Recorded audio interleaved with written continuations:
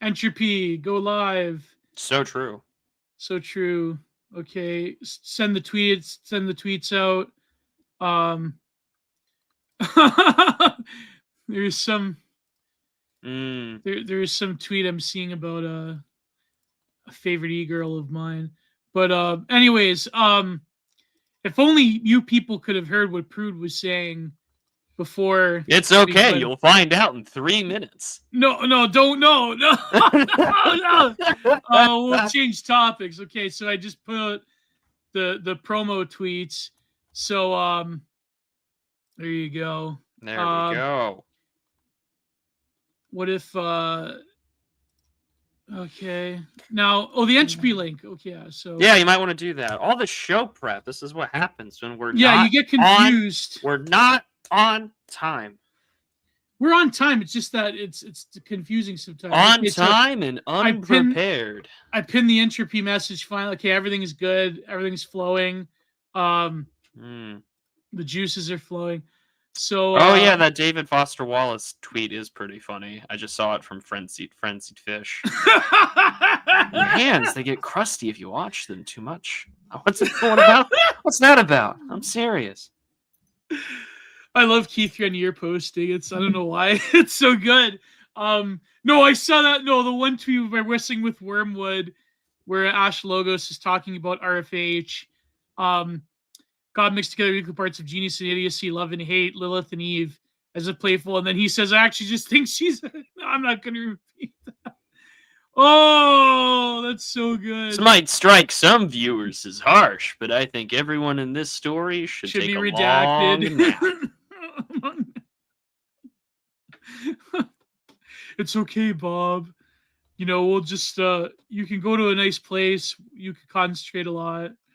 That was so cold when Mason delivered that line to Bob Larson. That was so good. That was the 80s one. They had one they have one recently, I think a few years ago, but they're both 80 years old or something.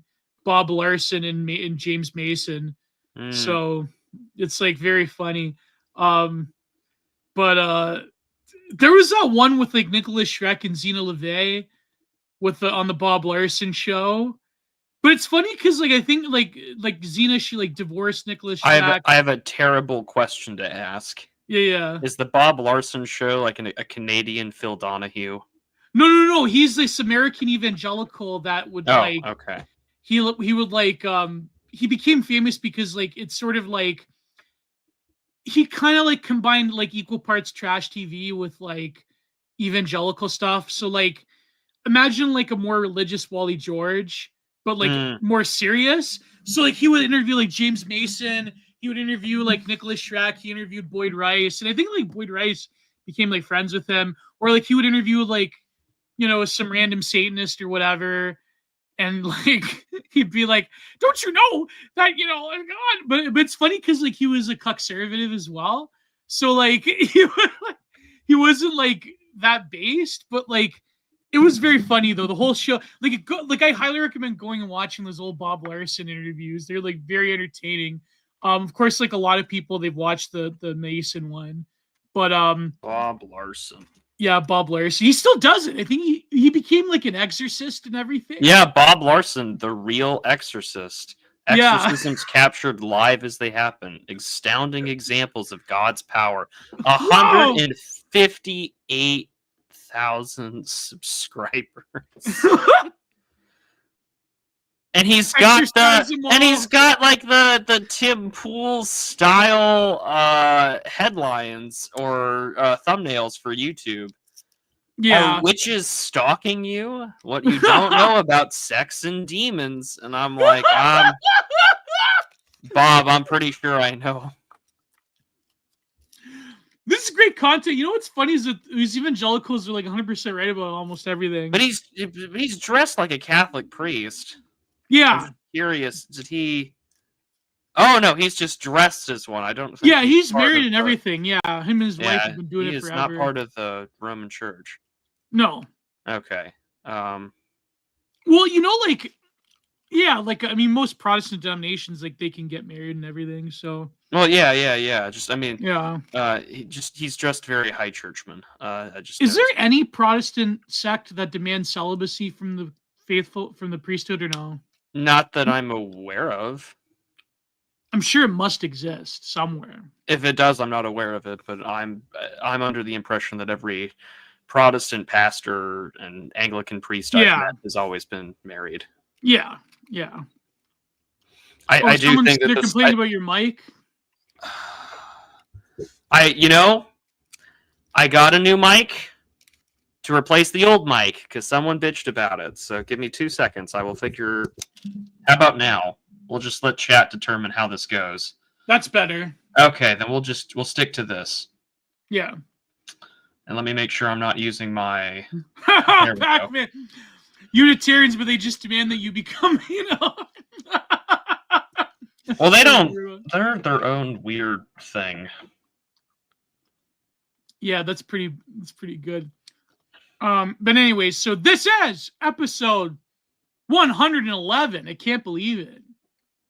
I think I got like I sort of approached that numbers with BTR, but that was like twice a week. So, people saying turn your gain down. I don't have anything going. Jesus fucking Christ! Like, it's fine. It's fine for me, but I have nothing else going on. It's okay, Prue. Don't worry about it. You're speaking. That's not. Come on, Owen Zaleski. You're being unfair. Sounds like you're speaking through a cardboard tube. That's not true. Anyways, I don't know. Like I like invested money in Assure, so like I know it's like more plug and play. Like you just put in the USB. I will plug in my old mic if this continues to give me shit. That's actually really good. No, I think you got it down. It sounds good now. Okay. Yeah. So anyways, this is 111. We had a film review, but people can't stop talking about the news, obviously. So, what do we want to cover first? Syria or Luigi? Let's do the news first, and we'll. Or Luigi. We can start with Waluigi first. I kind of like gave all my hot takes away last night on Internet Friends Twitter space, but like I was listening, yeah. Yeah, I could probably, I'll probably recuperate some because I hate recycling content, but I guess it's not recycling if it wasn't recorded, unless some like A-log secretly recorded me saying a certain word that ends with slop. So, anyways, people can actually record the Twitter. Like I remember that crocodile guy. Remember when I was in that Twitter space? It was like me, Aristophanes, and it was the Schwab space, right? And they were going. Yeah, it was a Schwab space. Yeah, it was a Schwab space. They were going over Lex Friedman's reading list, and then they started talking about a certain ethnicity, and then King Crocoduck, who's like I think he now identifies on Twitter as like King Crocoduck Mega Zionist, went on a whole spiel about how awful and anti-Semitic this space was. Yeah, it's just funny because like Eric Weinstein, he like came in the Twitter space, and I pieced it immediately as soon as I saw Eric Weinstein join the speaker list. I'm like, okay, it's time to go out. It's time to get out of here because this is back when I was like still worried about getting banned a lot. So, I mean, but that was actually pretty interesting because then all like they're like rabid boomer followers, they were like try to like go after Aristophanes and go after Schwab, and it's like you're not going to get anywhere. But is Lex Friedman that Tim Miller? I don't think he doesn't seem like the type. You know what I mean? Like Lex Friedman doesn't seem like that type, but like he's just a midwit at the end of the day. It's not, it is what it is. Is he like an actual physicist, or is he just like one of these like Neil Tyson like media physicist that like he went to school for it, but he's not like a actual physicist? Well, I understand that he does some work, or allegedly does some work at MIT. I don't know how true that is. I don't know how much involved he is. But he does AI. Everybody does AI. So I can't speak as to too much about what he actually does. Shade Geo-Leninism. That's pretty cool. Ever read his poetry? He has poetry Oh, It okay, so seems that's like why every people. it Yeah. seems like every guy in that tech sector is with of This a poet, certain yeah. has of that background has poetry. It's like T.J. Kirk. You ever read T.J. Kirk's poems? No. Yeah, you don't want to. It's not like he actually tried to sue Encyclopedia Dramatica for having his DeviantArt stuff. Like he had these like weird comics and like of a cheese pizza variety. He had these poetry that was like super edgelord. Yeah, we both have Santa hats actually. I just My had it edited in. So to our good friend Egg Nogoroth or Shubwig on Twitter, thank you for the quick edit. I appreciate it. Yeah, Constantine on Twitter. That's all of mine. Oh, you know what? Someone else get. Okay, listen. You guys are gonna listen. We're gonna get to the serious news, but let me just find it to save it. This is what someone made. This is what Tweed Jacket Enthusiast on Twitter made me in reply to an Alessandra Bocci tweet where she was asking like, are Italians white now? And this is what's look at the guys. Okay, here it goes. This is what someone made me. I'm gonna switch back to the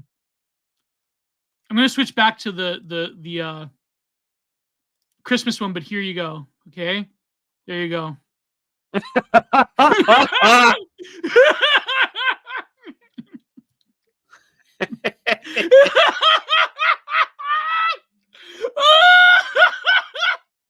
Reminds me of what Ethel Braithwaite was saying on Twitter. Turkish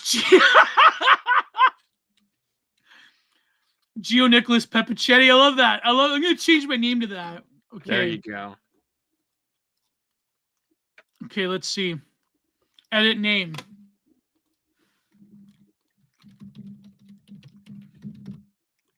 Peppy. Peppy. I like how it's Peppy. It's never Pepe. Yeah, it's never Pepe. My old man used to say Pepe, or like, remember when Sargon used to say Pepe? He would, like he was King Prawn from the Muppets. Yeah.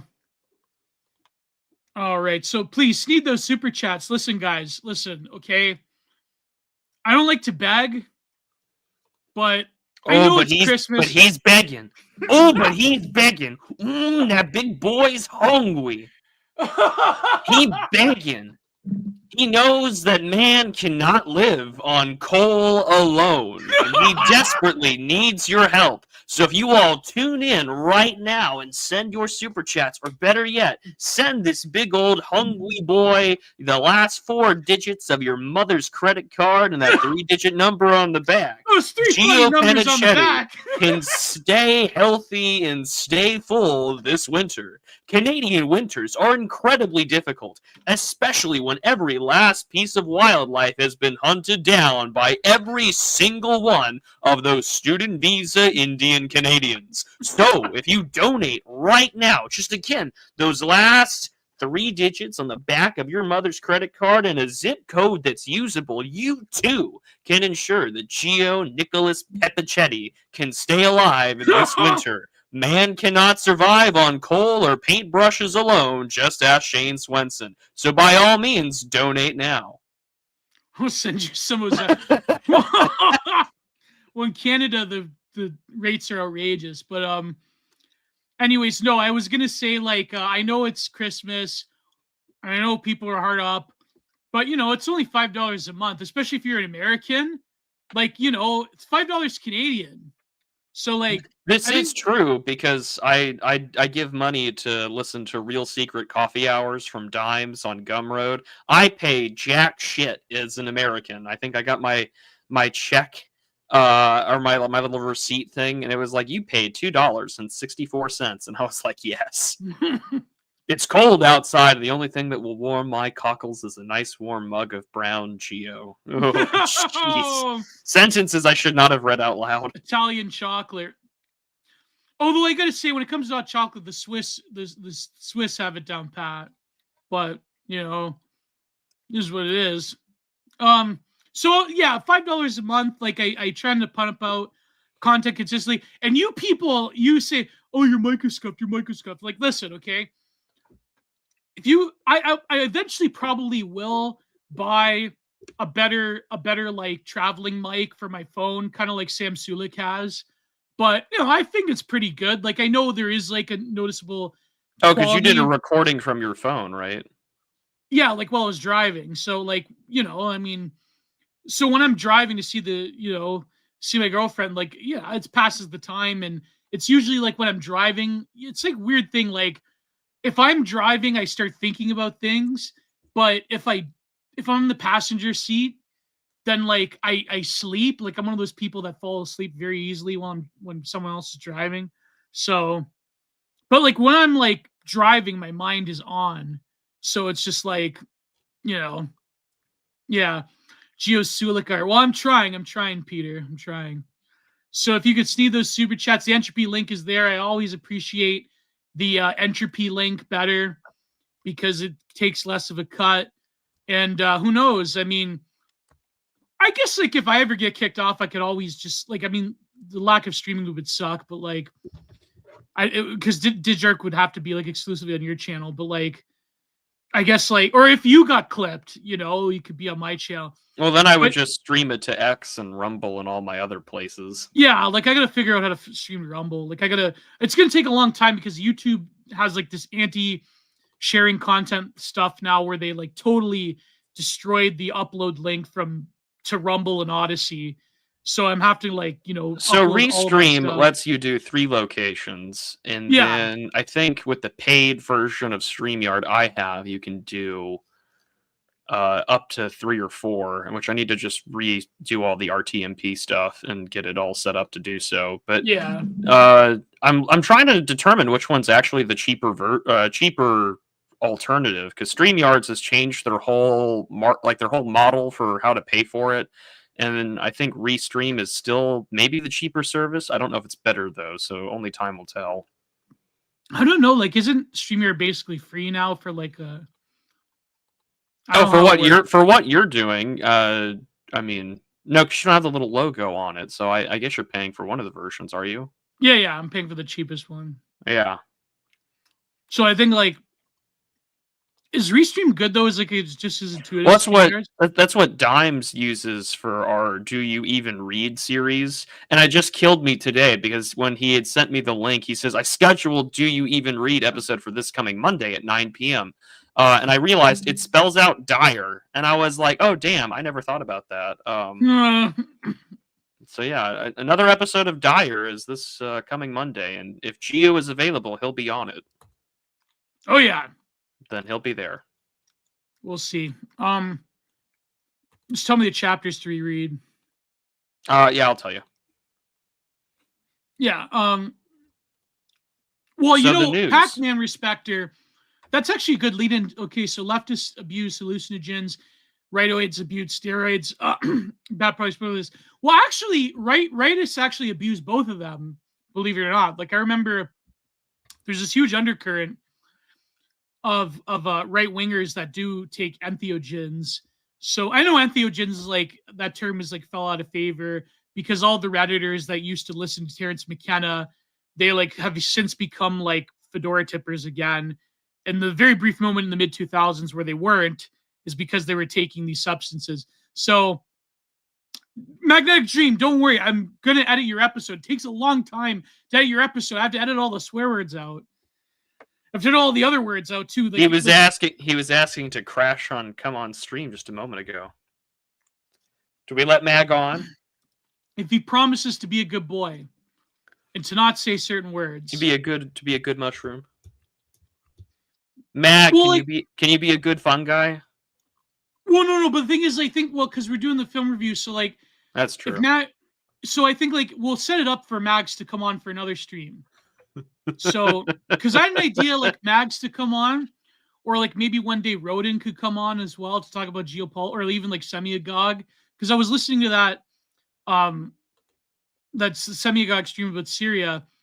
So I think like maybe we could have Mags on one day. We could have Rodin on, because like I think like unfortunately like I think I have a disproportionate amount of the guests. No, you have a few guests too on your when you do your weeks. So yeah, I also tend to just have my guests be solo shows I do on my own. Like I just had yeah, Kathrine well, on me this too. earlier Yeah, this week. but yeah, me and Prude had to enter into a contract agreement to share Kat's presence.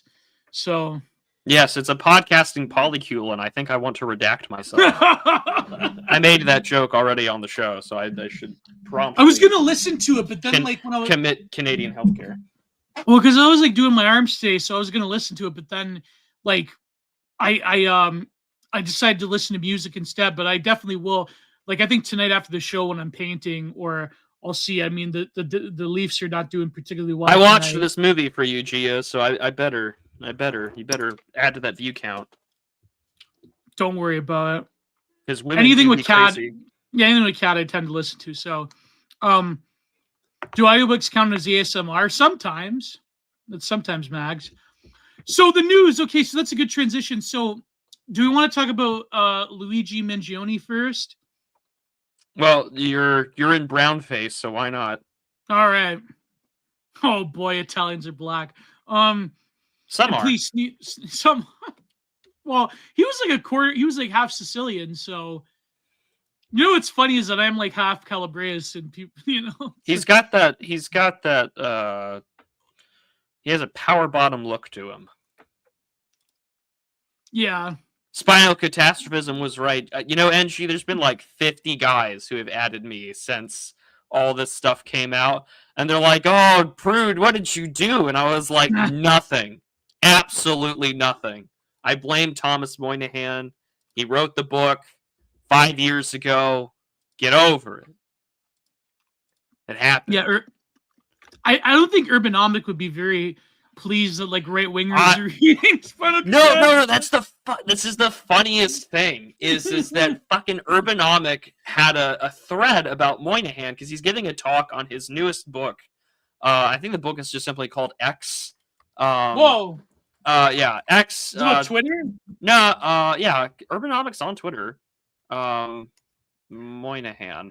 So what's the book about? It is called X Risk: How Humanity Discovered Its Own Extinction. Came out. Okay, yeah. Like actually, it came out 4 years ago. Anyways, and so he wrote, of course, Spinal Catastrophism the year prior, and then. But anyways, Urbanomics was talking about how he was giving a talk on X Risk. And then all of a sudden, they at me saying, like, oh, Mr. Prudentialist has also reviewed his, like, previous work, Spinal Catastrophism. And I'm like, do you fuckers have any idea how I am the last person you want reading and reviewing the stuff that you publish? Although Dimes and I were right. The only people that read and review this shit are right-wingers. Like, they don't want... Yeah. The only people that actually go out there and do something is it's like, geez, we're actually going to engage with the material, and I gave it an honest to God. Is it theory fiction? Is it not? Yeah, it's part theory fiction, part call to end the human race. It's theory fiction in the fact that it cites like good old Barker, you know, but at the same time, it applies his own contemporary ideas of history onto psychoanalysis and schizoanalysis, and then has a really terrible misapplication of metaphor towards the spine as like a geological form of time, which doesn't really work, but it does. And it kind of does from an evolutionary perspective. It does from an evolutionary perspective, but not in terms of a historical one. Basically, it's an application. It's an application of plutonics to the human spine and then trauma.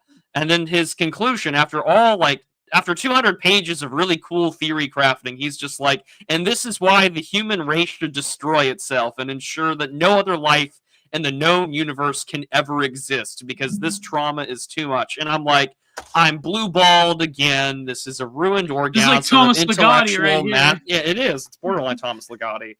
And it's just like, all right, well, this has been my theory cell blue-balled denied orgasm of intellectual masturbation, and it was over. Like, if you watch part 3 of Dimes and I reviewing that book, you can just hear the disappointment in my voice because I'm like, damn it, Thomas. It's like gooning, and then like they pan into the guy's face, like, get that away from me. Speaking from experience there, Gio. It's the common trope in media. No, but like, It's a common trope in media. What media are you watching there, buddy? No, but it does make sense as like a metaphor for the history of trauma, because of course, like, that's pretty much inspired by Foucault's metaphor of like the body as revealing the lesions of power, but only now it's like trauma. But like, that's what I mean. Like, it's not totally Foucauldian, because of course Foucault wouldn't say that like trauma is like the only manifestation of power, because he goes at great, and this is something leftoids don't realize, is that Foucault goes to great lengths to explain that power is also generative rather than just a source of trauma or domination. So, but it doesn't make sense though. I mean, but you have to kill the fasci inside of you. Yeah, of course. But like, but even like, even like Deleuze would say that in the 80s, he would say like, even like fascism has a line of flight, whether you want to like admit it or not, right? And people are like, no, that's not true. Because like, that's, but then if you look at like the modern right wing nowadays, you could easily see that working, because I think like, and this is something I wanted to talk about with Nightmare Vision, because like the structure of like the modern quote unquote, online right is something very different than like what people's stereotypes in their heads are of like what far right politics is. I mean, yes, it does have the same like values or traditionalism or whatever, but yeah, Gio's media literacy gripe. There you go. Andrew Kelly, there you go. But no, but I think like with Luigi, what's very funny is that I said this take on Twitter to get to one of the main topics, is that, if people like just didn't have a take that was like very hard and fast and very sure of themselves, and if people just had like a little tiny bit of nuance, then like maybe they could like not have total egg on their face every time new information comes out about like a mass happening. So like the fact that this guy, and listen, this is a very great, because he is one of the truly greatest posters that is like under the age of 30. Earth Rabbit, who is a very famous Amarna Forums or OG. Earth Rabbit had a great term. He called it the For You tab right. The For You tab right. Yeah, the For You conservative. Yeah, the For You conservative. Yeah. And the thing is, like, it's so great. The FYP conservative, if you're on TikTok, the For Your page. Exactly, the For You page conservative, because it's sort of like the Joe Rogan American, but like the particular manifestation on Twitter of like, oh, I'm into crypto, I'm a tech bro, but I also like Ted Kaczynski. Oh, but I'm also like a Sigma grind set. Oh, but I also like raw milk, on and on and on and on. And so this guy was finding alternative paths, because there is like this huge intersection between tech bros and taking certain entheogenic substances. There's this really great, I know they're like a leftist publication, but there was this old like 2010s WordPress blog called Synthetic Zero. And they had this thing about psychedelics and Silicon Valley, and how like from the beginning, there was always like these PayPal mafia types. And Marcel talks about this as well. Like there was always these PayPal mafia types that were exploring consciousness through these substances. And they were very inspired by Terence McKenna, because of course, Terence McKenna had like a lot of weird connections to Silicon Valley, because he would lecture at the Eastland Institute. And who was there in the mid 90s recording some of his lectures? Douglas Rushkoff. Douglas Rushkoff being one of the most prominent tech writers that was basically on the ground floor of Silicon Valley in the early 90s. Like he wrote Cybertopia, and he wrote other books like that. So it's like all these like weird connections between intelligence agencies, the PayPal mafia, psychedelics, and of course now trying to find like alternative medicine sources after this guy had like repeated failed back surgeries. Because Mangione, like he was rich, like he came from a rich family, like he could probably like afford anything, right? But it's just that he like took it out on the healthcare system, and a lot of like people assumed he was like some Marxist revolutionary of like the black bloc variety. Well, that was but the lo and first behold, report that came out, was that I think it was like Disclosed TV or whoever they had gotten the source from, had said, oh well, he was an anti-capitalist, climate change activist, Ivy Leaguer.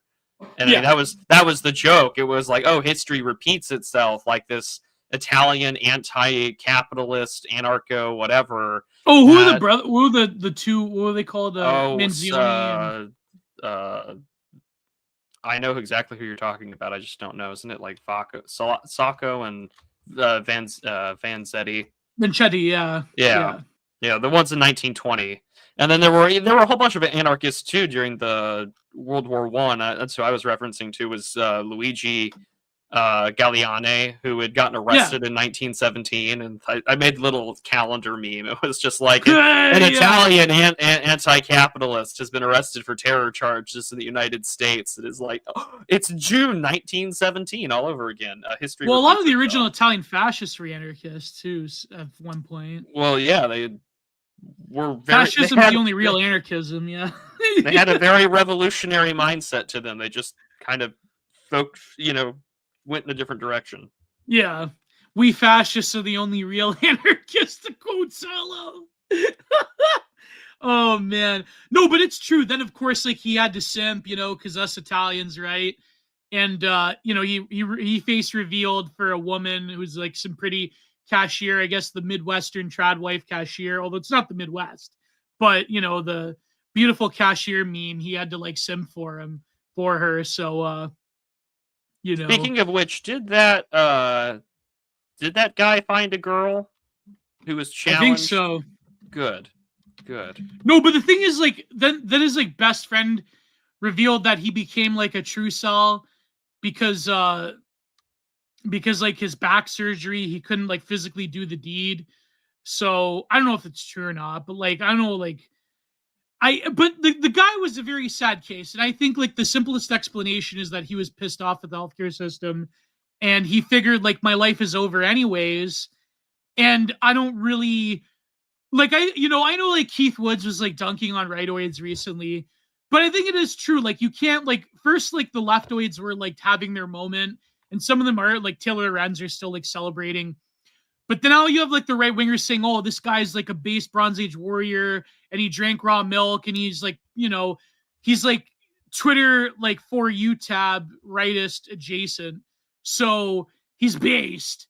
But, you really can't ascribe a lot of like political agency to someone who's just snapped and who's committed a mass casualty, or not a mass casualty, but who's committed like a targeted spectacle. Yeah, I was about to say a pretty high profile killing. Yeah. And so I think like, this is what I mean by like don't have a hot take every single time that something comes out. Yeah, he was radicalized by Lindy Man, exactly, internet friend. Because Lindy Man said go out and do something and he did something. But what I mean is like you don't have like a fire hot take where you're like 100% certain of everything. Because then what happens is that new information comes out and then you're stuck holding the bag of your previous bad take. And it's like, you have to like double down. So I think like from my perspective, I don't know about you, Prue, but like from my perspective, I was essentially indifferent because having lived my whole life under a socialized healthcare system that is like on its way out, and it's on not its last legs, but certainly like a slow erosion into decay. Some would say a fast erosion into decay. I can kind of like see both sides of it because I think that, I mean, obviously healthcare in America is fundamentally so distorted, and a lot of people that are like honest people that have worked their whole lives, they get denied these claims and their life is ruined. So, but at the same time, like I know that the Canadian media like really loves to play up these horror stories in America because it's like the state mandated religion besides multiculturalism where we like worship the healthcare system, sort of like the NHS in Britain.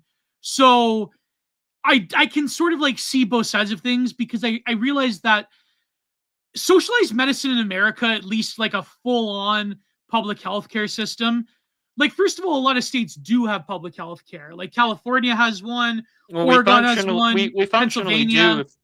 We do essentially if you're unemployed. Yeah, but we to have Medicare, we have Medicaid. We spend more money in the United. We talked about this last week too. We spend more money on entitlements and by extension healthcare than we do the defense budget Yeah. I'm not saying it's perfect. God knows it isn't. But we have a pretty robust system. And a lot of these things are also taken care of by the taxpayer at the local level for all sorts of things. But I mean, not that I'm saying it's better. God knows it needs reform. And Lord knows that there are way too much corporate meddling as it is. Like, I mean, I condone murder. I don't condone murder. I need to make that very clear. I'm not pro killing and things Yeah, we're like not that. condoning what this guy did. No, obviously. Yeah. No, I'm not. I need to make that clear. I'm not. I mean, even though the guy the he action. murked was kind of like, he probably did destroy a lot of lives. It's like, that's not the thing is, like, he's not going to like move the needle. Like, I mean, people say like, oh, it started a conversation, but like the thing is, people are gonna forget about this in a few days. And even if like every single week you had an event like this happening, like it's Medellin in the 80s, where like government officials are getting clipped left and right, like it still wouldn't matter because of the power structure in Western societies, in Western liberal managerial states. You know what I mean? Like, it would take like a heroic Caesar-like figure to reform such a fundamental problem as healthcare. And what I was going to say is, like, lastly, before you go on, Prude, is like, I don't think that in a nation of 400 million people, I mean, people say 300 something million, but let's face it, it's 400 million people in America. Yeah. That you're going to have like gold-plated healthcare for everybody. That's just not going to happen. And maybe one day if things were to like fundamentally change, but you would have to fix so many other things in the American coffers and in the American governmental system to really do anything about giving the average person a gold-plated healthcare plan. Don't they call that a gold-plated healthcare plan in America? Prue? Well, I think that there are. I think it's like gold, bronze, and silver plans if you're on the public health care markets from the Affordable Care Act. Yeah, but I don't. But I mean, there are different plan choices. I think they have different names depending on what insurance carrier you have. So, I mean, my insurance, for I guess the full clarity of this conversation, is paid for by my employer, in part because I am a quote unquote state employee for a certain state government in the area that I live in, and that. Well, actually, I think Joe Simone would have a word with you. Prue. Oh, I'm sure he'd call me a Fed boy, despite the fact I work. I work for state government in Texas. Like, okay, like I work actually in like local government, not even for the state. Well, his old man was a mailman, so it didn't. Yeah, a mailman. So like, I'm just extra borked because I work in economic development. But my point being that like I've got it pretty good, and as someone who's had other private healthcare insurance like Blue Cross Blue Shield.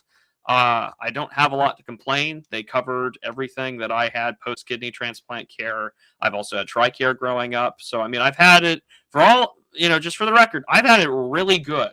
And I know that I've had some issues where, like, they really wanted me to, like, be left holding the bag on some things.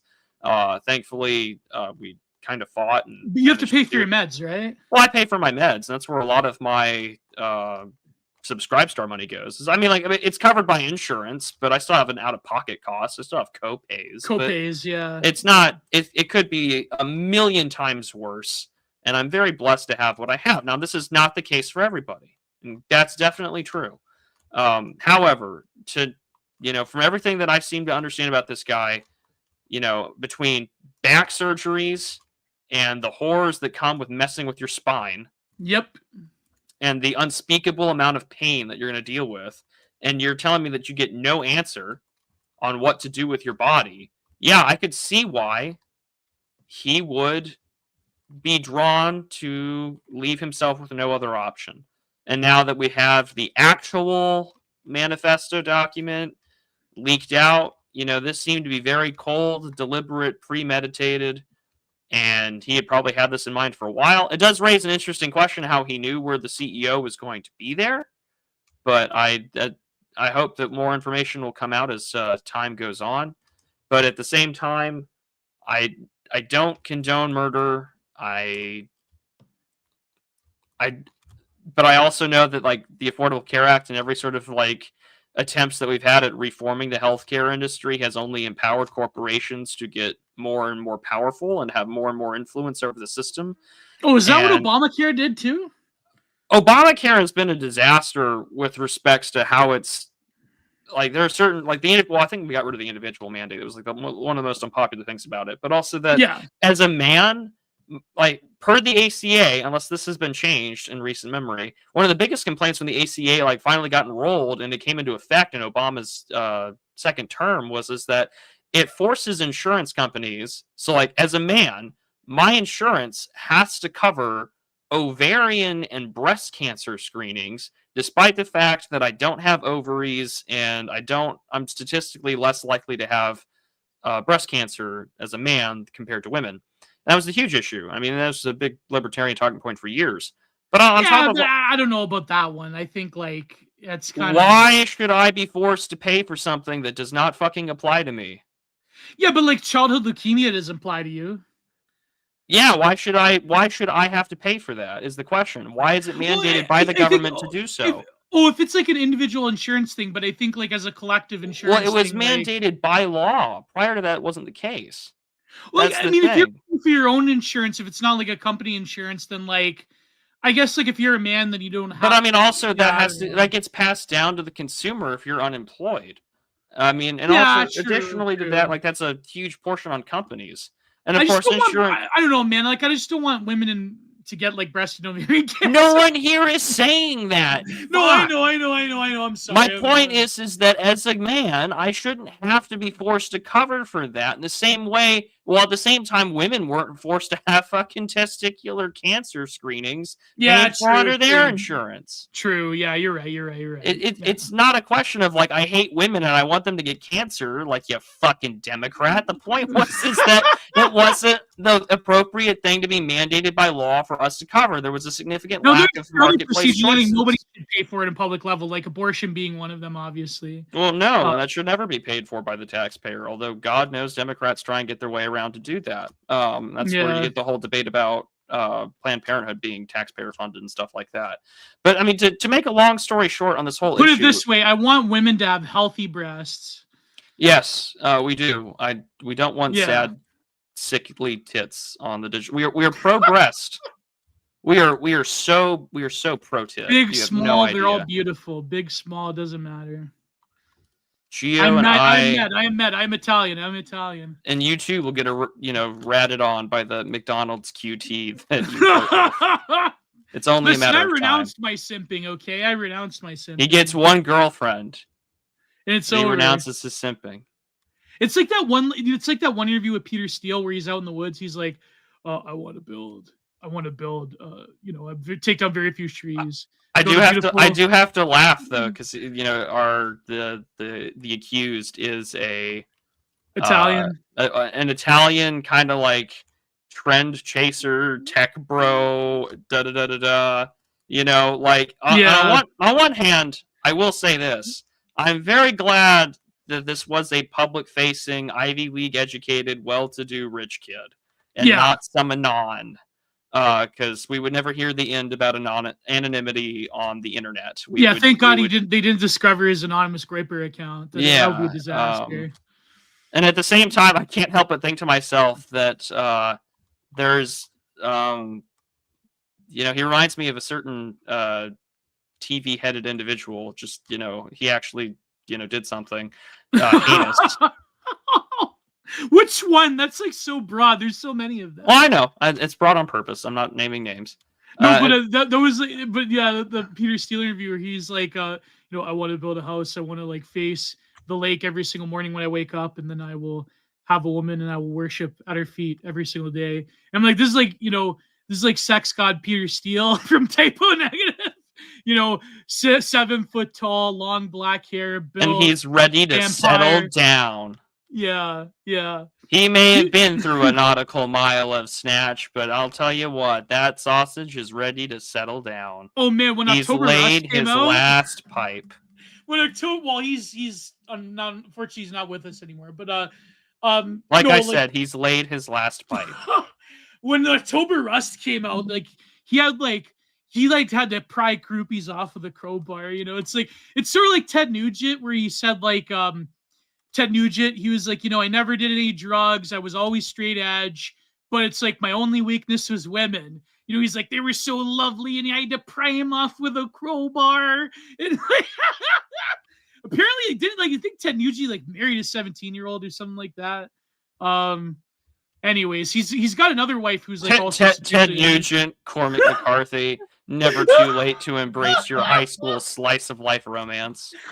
No, but like Ted Nugent was incredibly good looking back in the day when Cat Scratch Fever came out in the 70s. Like, can you imagine the groupies? Like, this was before like a lot of STDs as well. Like, he, you know what I mean? Like, he probably ran through them.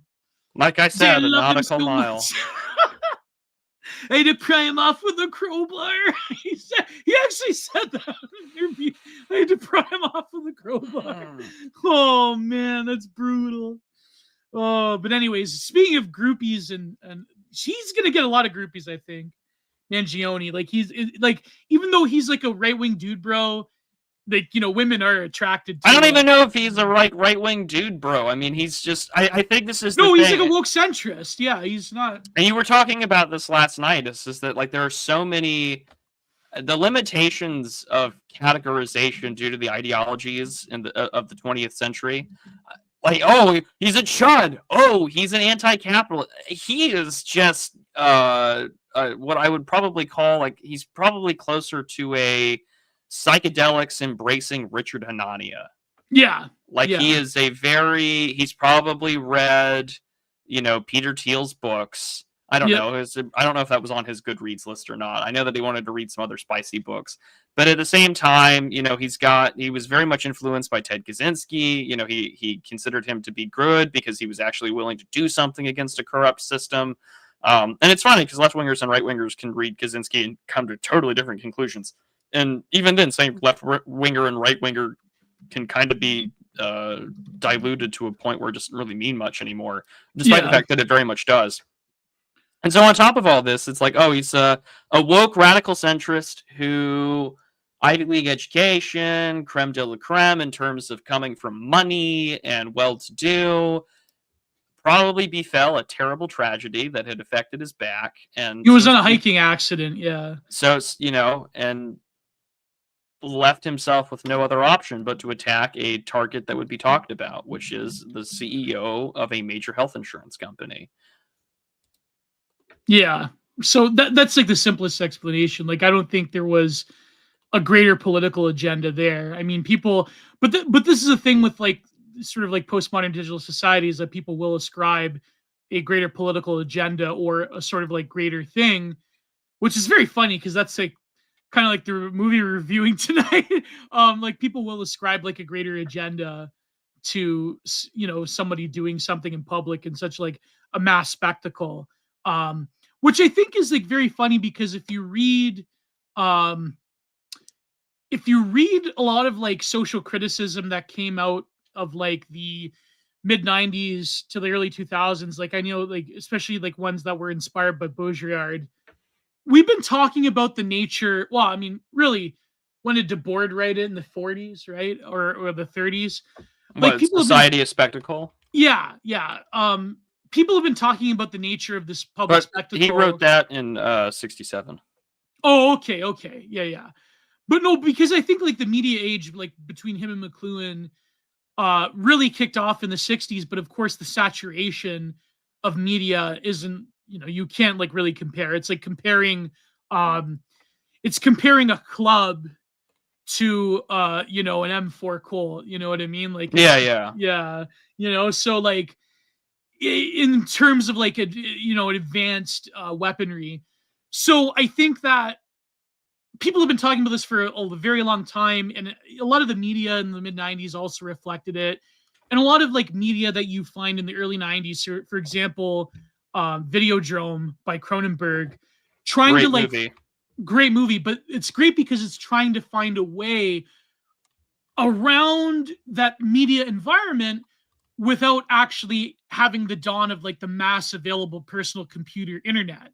So it's like, what did Cronenberg do? Oh, okay. So one day people will have computers, but in the absence of that, there's homeless shelters that have television running 24/7 to where like, wireheads can go there and just bomb themselves on media every day, all day. And it becomes like this weird necessity. And back in the day, in the 70s and 80s, people had like public television rows where you could like sit down and like you pay a quarter or something and you could like watch television, like this little black and white screen. So yeah, the mass spectrometer, exactly, Peter. So I think like people have been trying to talk about this sort of like shared reality, but the language of it, like one cartoon that always comes to mind is like Duckman as like the ultimate like postmodern mass cartoon, because like because Duckman very much is like about like society going crazy, but like accepting the fact that society is crazy and like there's nothing you can do about it. And it's like we live in the modern age, it's the 1990s. But nowadays, I think like all of that stuff people were talking about, we sort of live through and have an awareness of at such more of an acute degree that things like this sort of just wash over us, right? Like imagine if someone did this back in like, say, not in 2024, but like 2004 or 1994 or 1984. How would people respond if this happened in 1984? It would be a much bigger deal if it happened 20 years ago. Or 30 years ago, yeah. Well, really, just a pre-social media age, this would be a much bigger deal. Yeah. But the aspect of social media has allowed us, one, to commodify bodies easier, two, to dehumanize them even easier.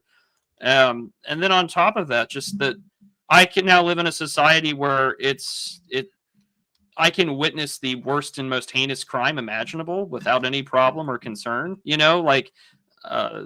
Even 15 or what almost a little over 10 years ago now, the whole Syrian civil war stuff, like when that war started, you could easily look that footage up on YouTube. Oh yeah.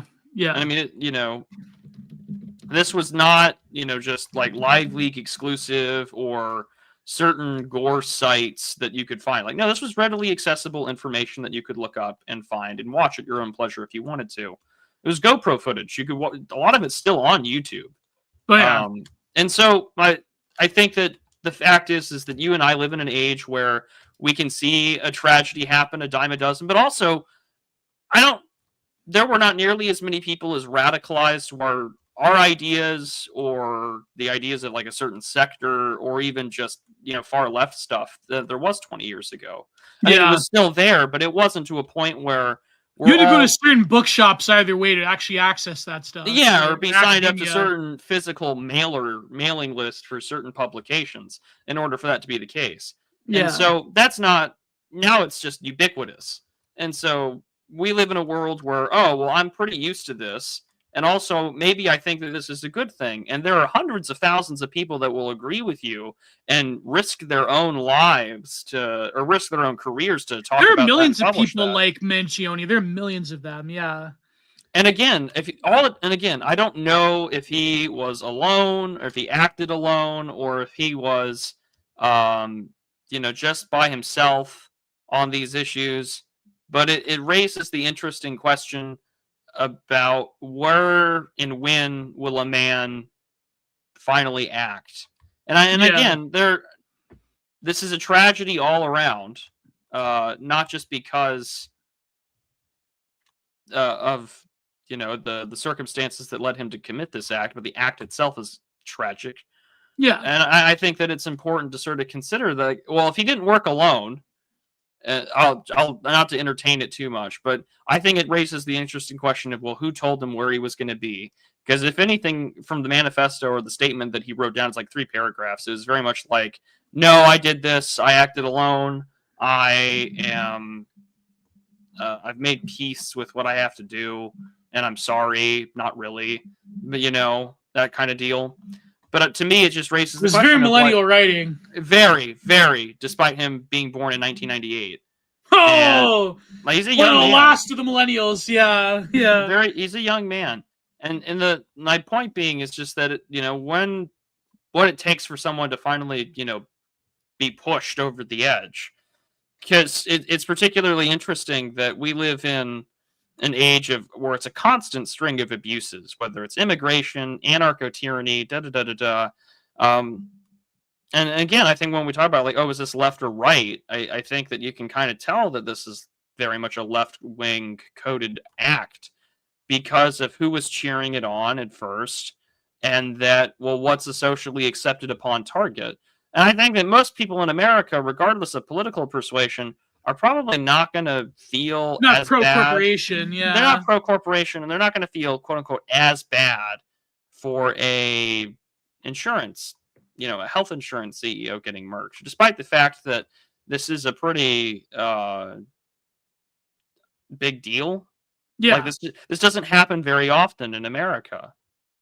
And when it happens does, in the it's third usually world all the time. But well, like, yeah, not but I mean, here. when it does happen in America, it's in part because it's usually a much more high stakes game being played yeah, compared to a random well-to-do guy who had what appears to be just some medical trauma that determined the cause of him to finally act and have his revenge on a system that he felt wronged him. And again, the more you ask those questions on a narrative level, it's like, maybe none of this really does add up to the way that you want it to.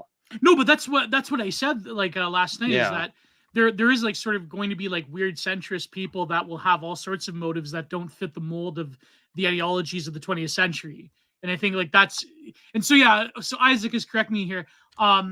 He is the first Zoomer, as born in 98. So, Yeah, he's a Zoomer.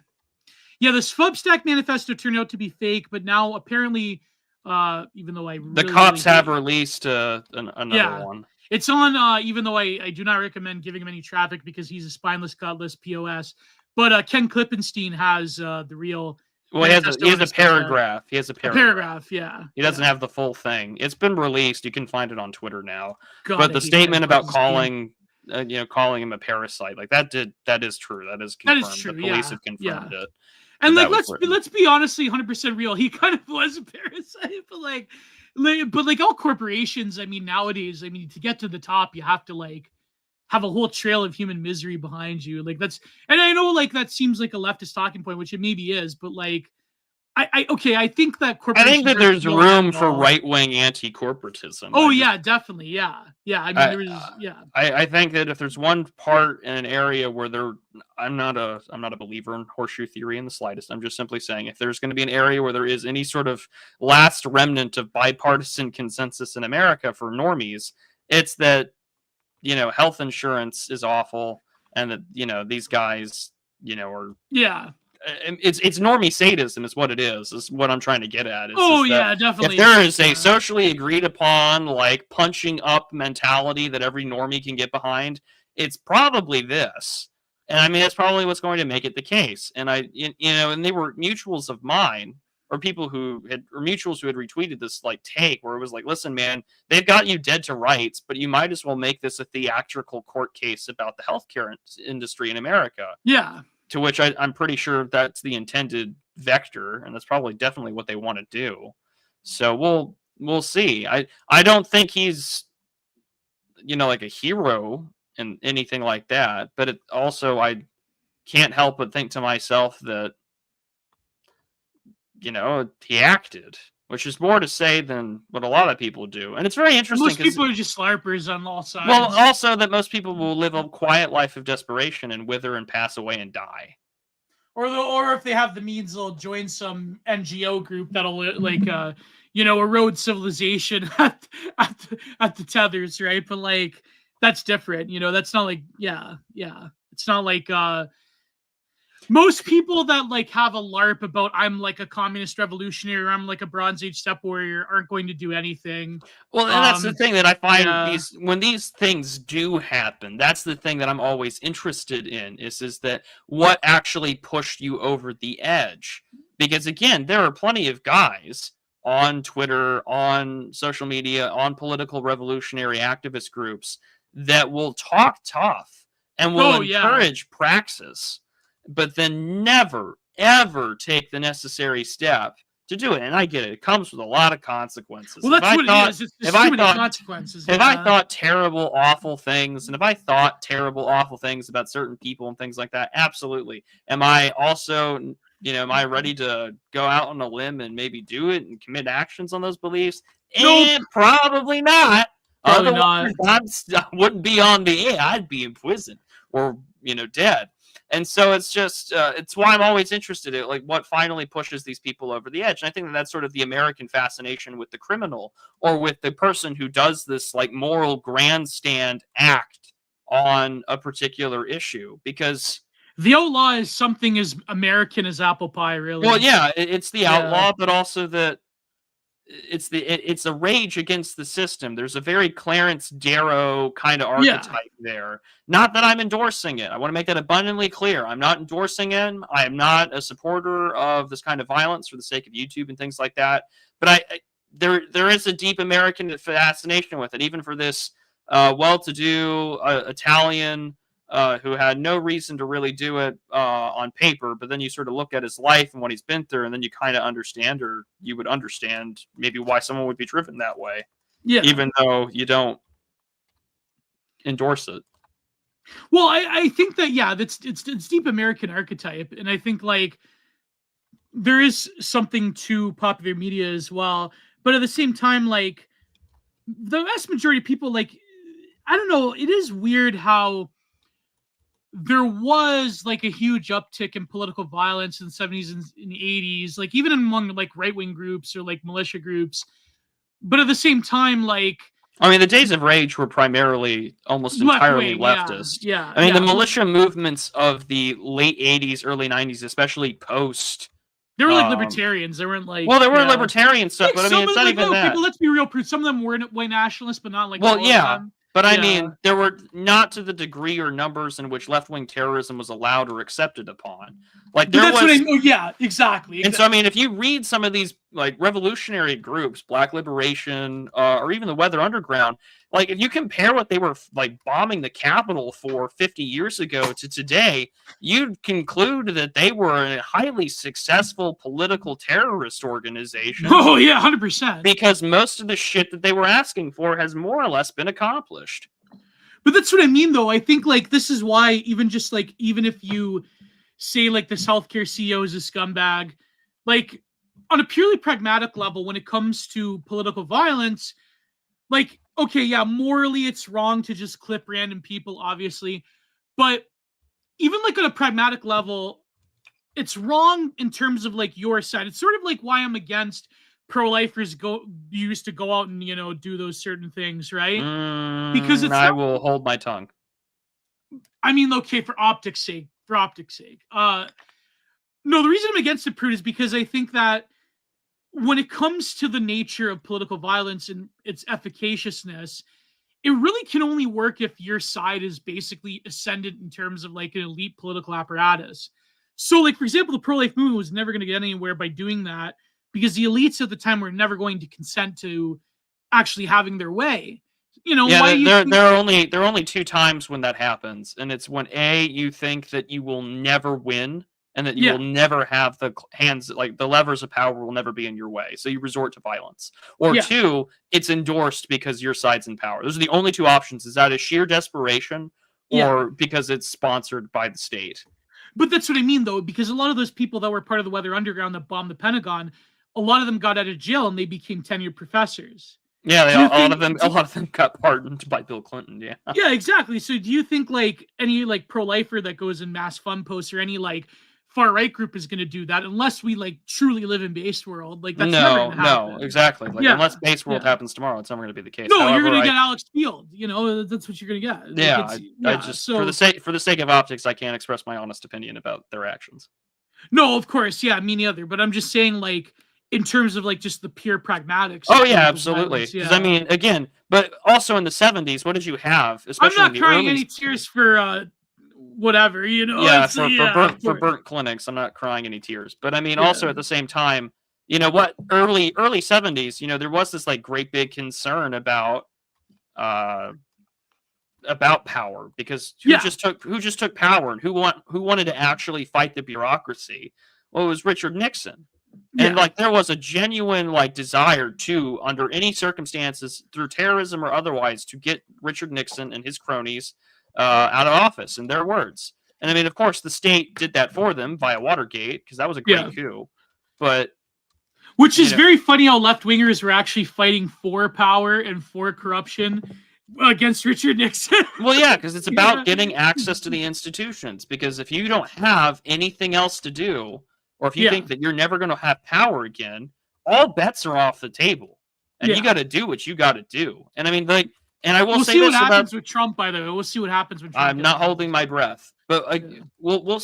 but I mean, that's the thing about leftist power is that, or leftism and powers, is that if you have no morals or no moral code, and you're actually not afraid to go down, and this is why I think to some extent that whole argument about like leftists being better true believers, Yeah. like these guys are willing to go to jail and willing to kill people. Like that should say something about the right, about how serious these situations are politically, because it's like if they really are this ready to commit insane amounts of violence on your behalf, I think you can't really just pussyfoot around and simply say, oh well, these guys are like the real racists. I think you kind of lose that touch when if you want to exercise any power of the state to, or even want to even if you want to survive, if you want to survive, that's being a woke rightist. You're being yeah. I mean, Yeah. if you're afraid of James Lindsay calling you a woke rightist, I hate to break it to you, but I think you've got bigger problems. Yeah, exactly, 100%. Like, no, but that's what I mean. Like, it's very ridiculous how, like, again, you could go back. I mean, you and Turnip Seed went through this about the history of the American right wing, and like, I was having this thing where maybe I'll get Name Your Vision on, but like, it seems that like the right wing in North America has largely been a product of a very successful de-radicalization or a very successful cuck-op, if you can call it that. And I think that just focusing on electoral politics, economic issues, bureaucracy, punditry, those things were very good at basically destroying the possibility of a cultural right. And through culture, to quote a certain right-wing thinker, through culture is where you actually do get real political action. But people like James Lindsay know nothing about culture. So, I mean, his culture is like... He's a liberal new atheist. He's not going to want to engage. Like, I do think that James... He watched a lot of Bruce Lee movies, and he has, like, katanas. And... Well, he lives in a hell of his own making, because imagine being a popular anti-theist, and now you are left talking about, like, quote-unquote, neo-Gnostic Marxism, to like TPUSA pastor conferences. Like you're talking to the very people you hate, Christian evangelical pastors who vote Republican. Man. Like that is a hell of your own making, because you have Even nowhere else to Richard go. Dawkins said to say mea culpa after a few decades, well, destroying Christianity in the West. Yeah, even Richard Dawkins was just like, well, I miss Christianity. And it's like, no shit, Sherlock. Thanks a lot, bro. I miss a big building block of my civilization, whether you want to like that or not. But it's just like, oh, gee, it's so bad. And it's just like, well, you're a big fucking part of the problem there, bud. Yeah, at least Richard Dawkins admitted to his faults, whereas someone like TJ Kirk will never admit to being wrong. No, he'll die of a prolapse due to banana before he ever apologizes for his past actions. No, but people like that, they always live in their own hell. And I do predict that for the little guy as well, Destiny. Like those people, see, here's the thing. When people have been given over to a reprobate mind, the universe and God just kind of sorts it out. Yeah, it's kind of over. Like it's the universe sort of like just makes it so that you will never reach the former high of glory that you once had. And people like James Lindsay, he's like speed running. This is why, like, I think the take of like, I think it was Semiagog or was it Charlie that said, I think it was Charlie, or was it Morgoth? That said, like, why are you talking about James Lindsay still? Like, who cares? I think it was Morgoth. Yeah, it was Morgoth. Yeah, it's like, yeah, but Morgoth's 100% right. Like, it's like, who cares? He's speedrunning himself into lolcow territory.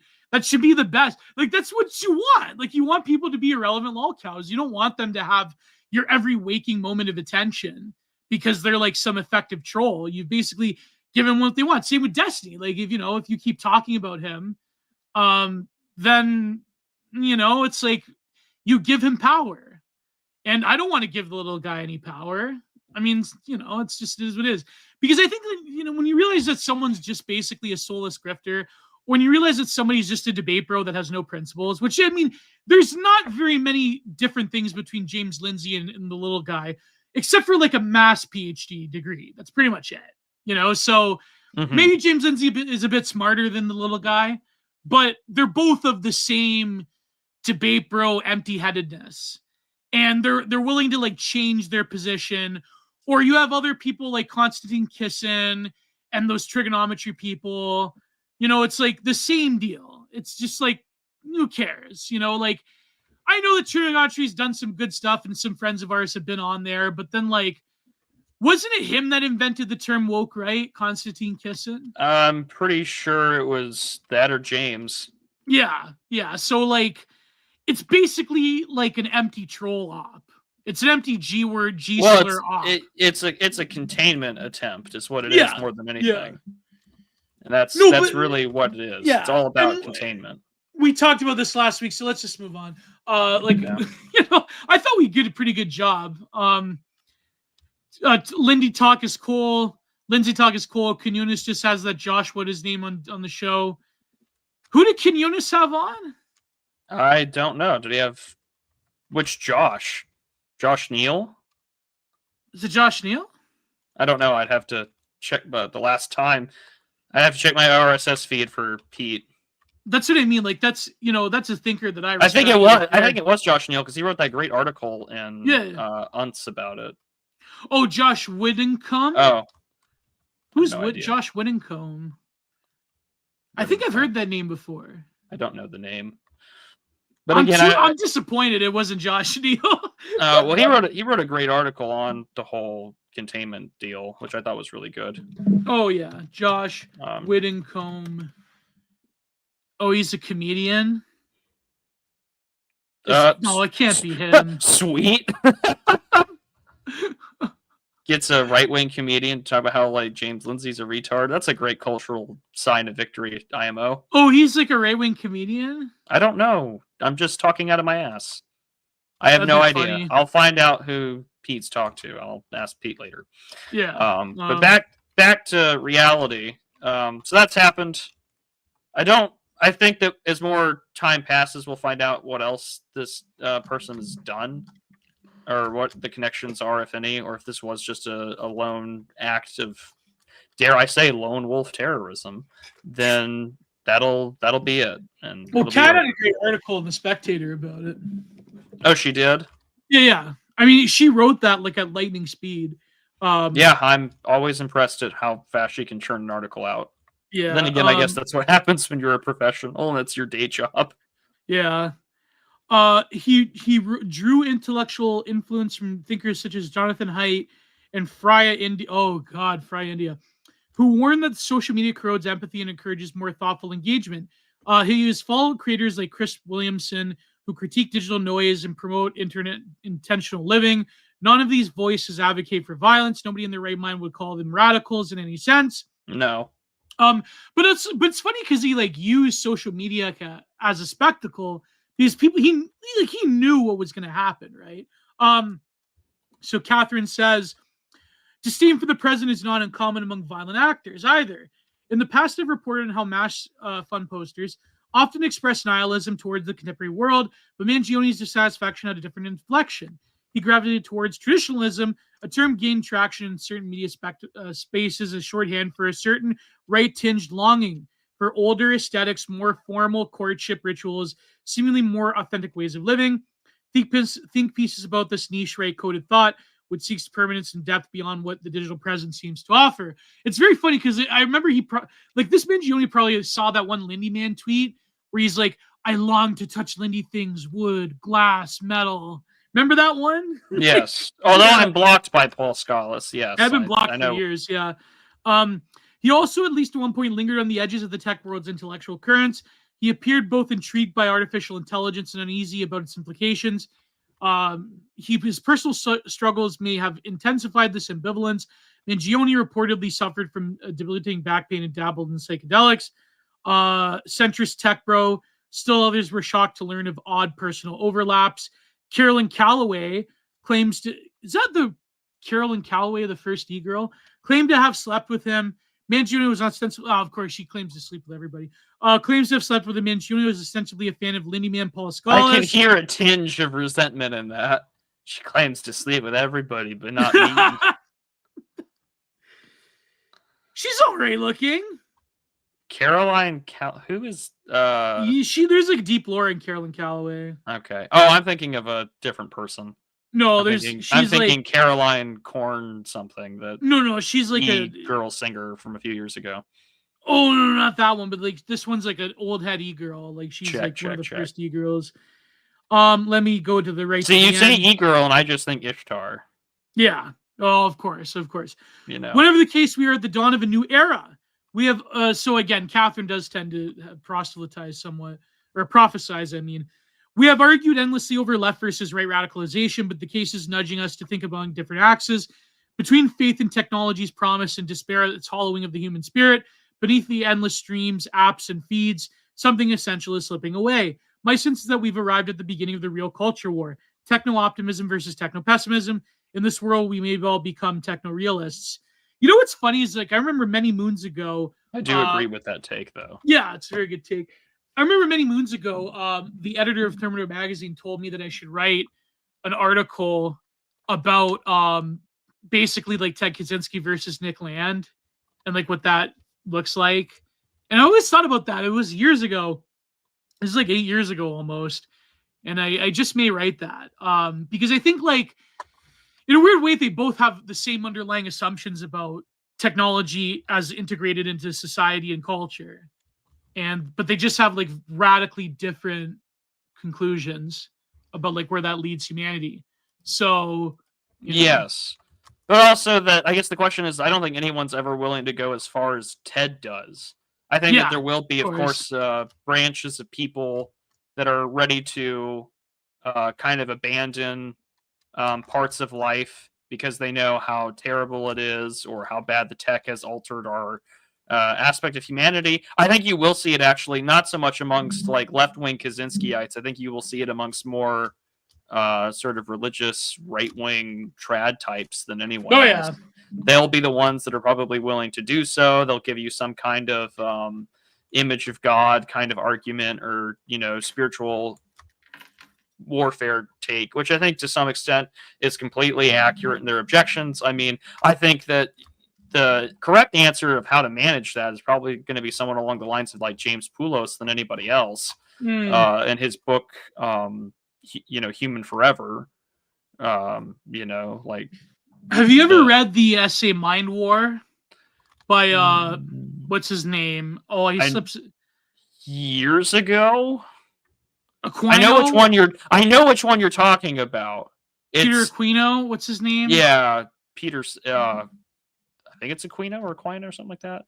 I know who you're talking about.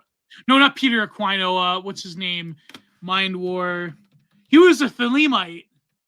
Michael Aquino. Yeah, I know. He was an intelligence officer. Yes, But then he became a Crowley, a Thelemite. Yes. He founded the Church of Set. It's very funny because if you actually read Mind War, it's exactly what we're going through when it comes to like the transnational progressive world order, where you basically have to like saturate through all sources of information the public to a conclusion that you think is moral and just. And it requires a top-down thing. It's very it's very Harold Innis. It must be top-down and it must be constantly repeated because that's the way in which empire communicates hegemony. But people doing the operation have to actually believe it. Like they have to believe that they are on the right side of history. And so like that's essentially the liberal programming of the modern world. And I mean, and you see this exactly because of the election too. I mean, we're on the right side of history. We can do no wrong. How dare we lose against Trump again? You know, like the fact that American president's treated with such a state of exception is incredible. It's insane, really. Well, also that like the issue is not just the state of exception. It's also the simple fact that the president of the United States is considered like the most.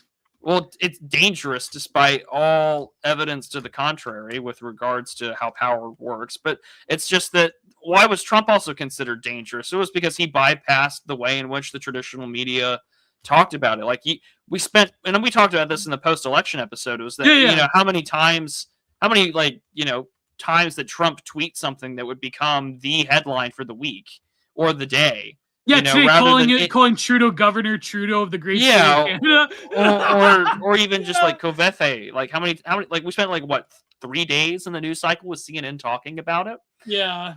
So I mean, like, you have to do it 24/7, 24/7. This is why, again, if you're gonna do like Nick Land versus Kaczynski or Nick Land versus you know Aquino, it's that it's gonna be the battle for intermediaries. You know, you have like I think you're absolutely right. Rachel Maddow absolutely believes in what she says.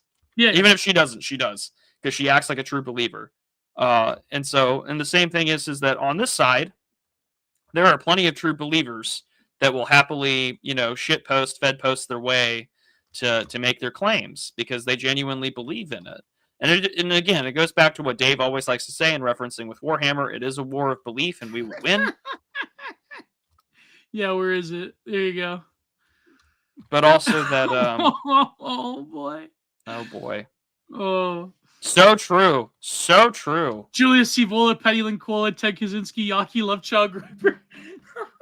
It's only a matter of time. Yeah. Put Nick Land in there, you'll get a real confusion. You get a real confusion. Yeah. But and again, why do you have real confusion? Because you can read all of this shit and not come to any meaningful conclusion about what you're supposed to do with your life. No, you know what meaningful conclusion is? Drink raw milk, have crypto, buy e-girl coin, and give money. Patreon.com, that's Janet Productions. That's your meaningful conclusion to reading Petty Linkola and Nick Land.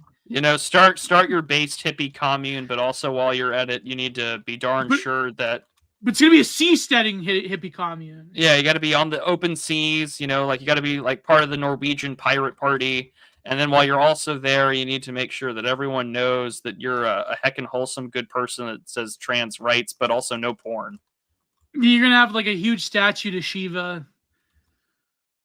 Shiva doing the dance. Yeah. I actually would commission that. Like, it's we're gonna have like a huge statue of Prometheus on Alcatraz. That's actually someone actually came up with that. By the way. And Haiti will become the next great prison island like Alcatraz. It'll be great. Man. It'll be great. Though being sent to Haiti kind of is like a death sentence. Well, yeah. If you escape Haiti as a prisoner, yeah, I think you've earned the right to. You've earned your freedom.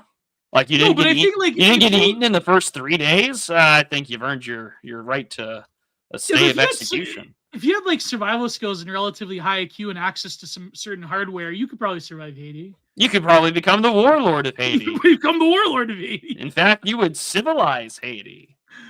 Geocoin when we could be millionaires in 2 weeks. I'm not that big to have a meme coin. Like I'm not the level. Like Sargon. Why? Look at your frog Pepe Apustaya Norwood guy here. Okay. And tell me how that's not a meme coin material. It's better than the flapjack that somebody made of you. Oh my god! Don't remind me. I've put out so many things in this show that have become reality. If any of you guys want to create Geocoin and give me a little bit of a cut, because I know nothing about crypto. If you make a meme coin, if you make it on Solanus, if you make Geocoin, and if you're willing to give me at least part of a cut, then I will 100% consent to you creating Geocoin, #Geocoin. So on Solanus. It has to be Solanus, even though Mike Solanus has blocked me for many years. But yeah, if you wanted to create Geocoin and using ETH or whatever, then I'm not opposed to it if you give me a cut. So yeah, exactly. There you go. Can you imagine this? Can you imagine a Geocoin? I can. And I can imagine myself making at least $10,000. Well, it will shoot up because people will assume it's Gio Scotti instead of me. Yes, we need to do it. Not Gio Penichetti, but Gio Scotti meme coin. Now, that's $1 million idea. Oh, you can do a whole Gio Scotti Wojak, and then people can do Towel Boy meme. It's golden. Oh.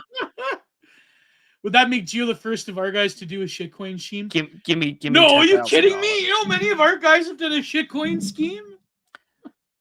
She got a tattoo recently. It's over. It's over. Well, Actually, is it like I don't find her that tattoo? attractive, so I don't care. She's all right. Like I'm not gonna like go on my way. You know I mean, she's pretty, but I think that there's a certain degree of androgyny to her that kind of just turns it off for me. She could gain some weight. You know what? I agree with you on this instance. Yeah. She could gain some weight. Yeah. Like, just a little bit, just to like round out her figure. Just a bit. But like, I mean, Gio is pretty, it's not, I don't know, like a lot of Italian women do have like some degree of neoteny. It's true. But, apparently she's dating some Asian guy. I don't know. Just grow her hair out. Yeah, exactly. Just grow her hair cry. No, but like some like women are actually good looking with short hair, like Rachel Weisz in The Fountain. I don't think I've seen that movie. Oh man, you haven't seen The Fountain? No, I haven't actually. Oh my god, such a great movie. I believe you. But anyways, speaking of great movies, can we finally get into this movie review? Should we talk about Syria or no? I don't have much to say other than the Russians finally know how the Americans feel when you spend millions of dollars trying to train a group of people and they stop fighting. In the Arab world. It's very funny seeing those Russian soldiers berate those Syrian army people. The Russians that too posted that. They like translated it. They're like, "You have slurs. You dropped all your weapons. You cowards." I know a lot of guys who were like that when America had its shitty withdrawal from Afghanistan. You know what's funny is that like Americans, like terrible elite political decisions mean that like good American soldiers are stuck holding the bag of like training some of the most incompetent armies in the world. The South Vietnamese, they were losing helicopters left and right. They had to kick them out of the helicopters to like make them do their job. As soon as the North Vietnamese came up on them, it was over. The Northern Alliance was the only effective fighting force. The other Arab armies that they trained in either Afghanistan or Iraq didn't amount to a hill of beans. A lot of them in Afghanistan eventually switched sides to the Taliban. I mean, honestly, would you not do that for fear of your life? You know what I mean? So, billions upon billions of dollars training and equipping these people and having to tolerate a certain practice that happens in Afghanistan that the Taliban outlawed, because that's not psychologically scarring for American GIs anyways, right? Like, imagine having to go through a war and having to sit by and tolerate that from the guys that you're training. Can you imagine that? I mean, I saw interviews with American GIs that were trainers and advisors in Afghanistan, and they had to just sit back and like do nothing about it, So, not to say the word, I don't know if I could say the word on YouTube. I think you can say pederasty. Yeah, well, Baka, you know what? Yeah. So, yeah, America in the last, I would say, from the late 20th century to nowadays, just doesn't have the coalition forces in general just don't have a very good track record. I think I will say though that the Americans that were training the Bosnians have been an effective fighting force. I'm actually shocked at the performance of the Ukrainian army in terms of like American training. They have lasted for 3 years, so obviously they are an effective fighting force. But I mean, could you really compare Eastern Europeans to? Not to be all racist, you know what I mean? But like, it's just like for some reason it just didn't take in those various other theaters, and unfortunately, like billions of dollars are pissed around down the drain to train armies against vastly superior forces. Not to say the Taliban was a superior force, but let's look at reality. I mean, the Taliban controls Afghanistan now, so what do you want? The Chinese are happy about it, so. Oh, I'm sure they are. They finally get to build their pipeline. So, yeah, I wonder why. Exactly. Yeah. Well, no, I should say there were quite a few smaller engagements and revolutionaries that the Americans have trained in, for example, Nicaragua and Chile and other parts of South America that were actually effective right-wing, Starting to sound like Sean P. McCarthy over there. Yeah, I know. But, Well, I don't know, because the CIA training right-wing militias is overplayed. They did train a lot of left-wing revolutionaries as well. Like, I mean, there was, for example, there was a Shining Path manuals, or there was manuals sent to the Shining Path, and there was other various left-wing groups. And for example, in post-war Germany, for obvious reasons, the Americans sided with the Social Democrats over another, like, well, more left-wing groups over the Social Democrats. They've betrayed us. Yeah. No, but they sided with like the left-wing parties over the conservatives, or the pro-monarchy ones. Yeah. Almost anyone who probably had conservative politics had been involved with or knew and associated with the National Socialists. No, this was after. This was after when they supported Willy Brandt. This is after. They didn't support the neocon one. They supported, like, I remember Bap talking about this. Like, this was after like the Austrian painter regime. I'm talking about like more of the like bourgeois people that actually opposed. No, I'm referring to just like the policy of, denazification. Oh yeah, of course. No, but in other places as well, there are other examples of the the State Department supporting left-wing groups over the right-wing ones.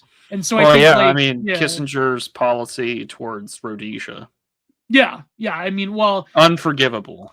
You could say that in Lebanon they did support the Tradcaths or whatever, but then after a while they sort of didn't, because those people are also against the greatest ally. So, I mean, of course, the Lebanese Civil War was a huge mess, but correct. Yeah, people were switching sides all the time. They say the Taliban won because the faith bolsters them even in the face of death. But have we considered whether it was all? Oh God. Well, I mean, the Taliban getting rid of that. I mean, certainly, But nowadays, like, I mean, look at Syria. The situation's abominable. I mean, there were videos of Syrian quote unquote freedom fighters with like night scopes and like night optics. It's like, where did they get that from? I don't think Turkey produces them en masse. So, and like Erdogan also like stabbing Assad in the back. That's another thing too. It's just, but the Turks, they've had to stack W's for 600 years. So what do you want? It's just the trend. But it's a tragedy what's happening, and I am glad that Assad has escaped to Russia. I think my theory, I don't know if Semigog agrees with this. I think Vladimir Putin basically told Assad that his time was up, and it's like there's no point anymore. So you might as well just get out while the going is good. Is that a logical explanation, or? I don't. Unless he has guarantees that he gets to keep his warm water port, I'm not sure how happy the Russians are about any of this. No, but the fact that he is allowed to escape to Moscow. Well, I think that he was going to get some sort of out, regardless. Yeah, true. Oh, did Turkey produce those night scopes? Okay, yeah, but like, there's a lot of those jihadi fighters with Western hardware, put it that way. It's not like there isn't a shit ton of Western hardware in the Middle East after spending 20 years there and various terrorist groups getting access to goods. Yeah, true. But I mean, it's pretty obvious like what motivated this, but like, anyways, let's move on. So we have a movie to cover. Finally. It's not a Tubi original, but that's where I watched it on, was on Tubi. Yeah. We're about to give this movie more attention than the damn screenwriters did. Did you like it, Prude, or no? I didn't hate it, but also that a lot of people hated it, the reviewers. There's also not a lot of reviewers for this movie to begin with, is the other thing to keep in mind. There's just not a lot of people who reviewed or watched this movie. So we watched when it all ends, or when everything ends. The end of all things. The end of all things. See how memorable this shit was for me? The end of all things. The end of all things. When a woman wants dick, give it to her. Well, it's certainly more than that, but that's what this movie was about. That's what this movie was about. When she wants the baby, give it to her. No, but like the implication. Okay, so let's let's go through it. Okay, so it starts off in a nondescript post-apocalypse well, it's implied somewhere there's in the British Isles. Yeah, well, it's implied that like there's some kind of ecological apocalypse that happened. And Kept it's very vague. Yeah, incredibly vague. And so be forewarned if you do watch it. It is slow. It is like a slow burner. But I thought it was good though. I thought it was very meaningful. It's an hour and 28 minutes long. Hour 38 if you include all the credits. Yeah. It feels much longer than it actually is. It is, for what camera work that there is, it's pretty well shot. I think that it sets a post-apocalyptic mood with its lighting and cinematography. It's not a bad movie, and it has, I think, some interesting themes when it comes to faith and trying to find meaning in a society that has collapsed.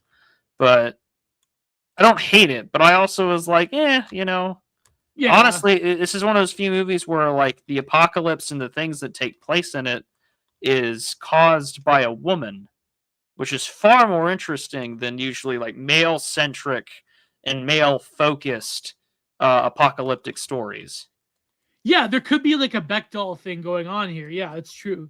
But no, I really liked it because I think that like in terms of its mythological significance and in terms of actually reinventing those structures of mythology, but having it collapsed, being like collapsing it from within by this very strong chthonic force is quite fascinating. So, but also like the sort of trying to put in like some kind of like dystopian like tech thing as well. Like it's implied that the civilization that collapsed is more like advanced than ours.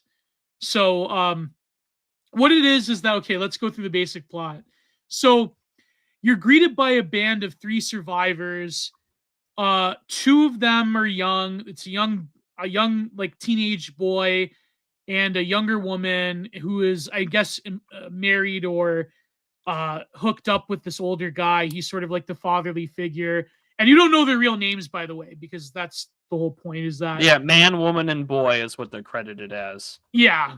It's no Kink season 1 is what you're saying. Yeah, exactly. So what happens is that there's a nondescript post-apocalypse. They're trying to fight for survival. The environment is very dingy and cold and not suitable for a lot of plant life besides the most harshest of perennial grasses and trees and so forth. And they debate about whether to move on to greener pastures from the wind and rain. There's actually a lack of rain, sorry. The like windy and arid environment that they're living in. And so it's implied that there's this relationship between the older man and the woman, and he's sort of like the teenager, sort of like the kid figure. But it's also implied that the two, both the woman and the teenage boy, that they live in a time of like, they don't even remember the before times, if you will. No, they don't remember modern society. The older male figure has some memory of before, or some memory of the early collapsing days of when things went to shit. Because the boy does not know how to read and doesn't know what certain household items are that you and I would take for granted.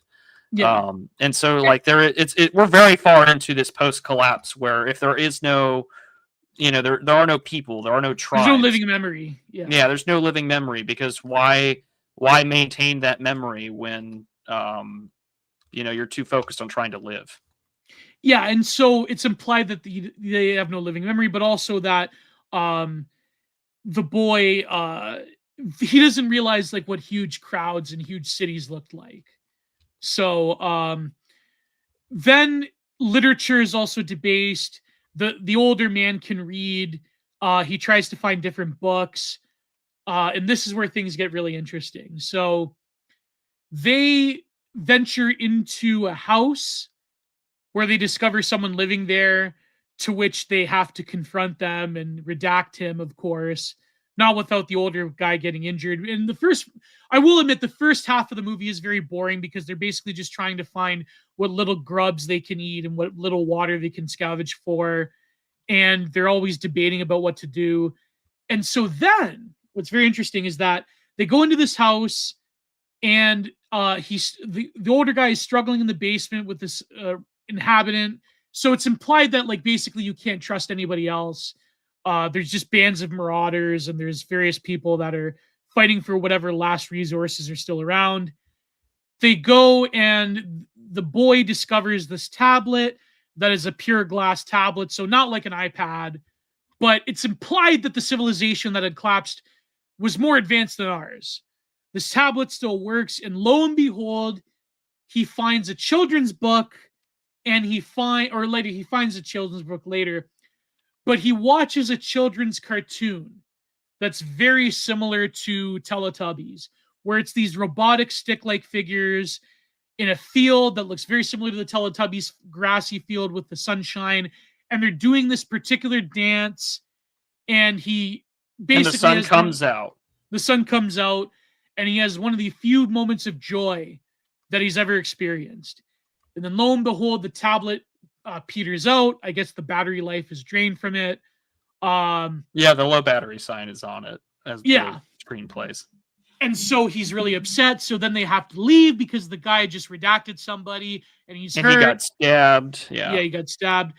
But now he's like, I have to go back. I have to find this because this is all meaning. Like, this is what the before time was. And then he's describing the dance to the woman, or the young woman, whatever. I think it's implied that she's in her 20s or whatever.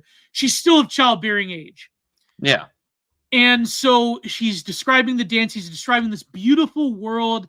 And of course, he doesn't know what animation is, obviously. And he can't even read. Can't even read, yeah. So the man's describing, like, they're like, listen, this is what children used to listen to and like. It's just an animation. It's not real. But then he thinks it's real. So then they go outside when the man is healing from his wounds. They go outside, and they do the dance.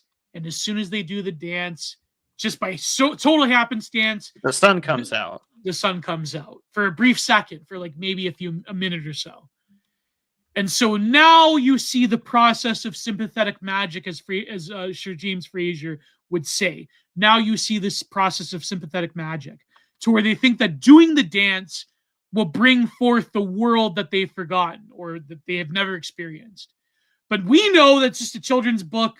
He goes back to the place. He finds a children's book that's kind of similar to the animation. So then him and this woman gets obsessed with this dance.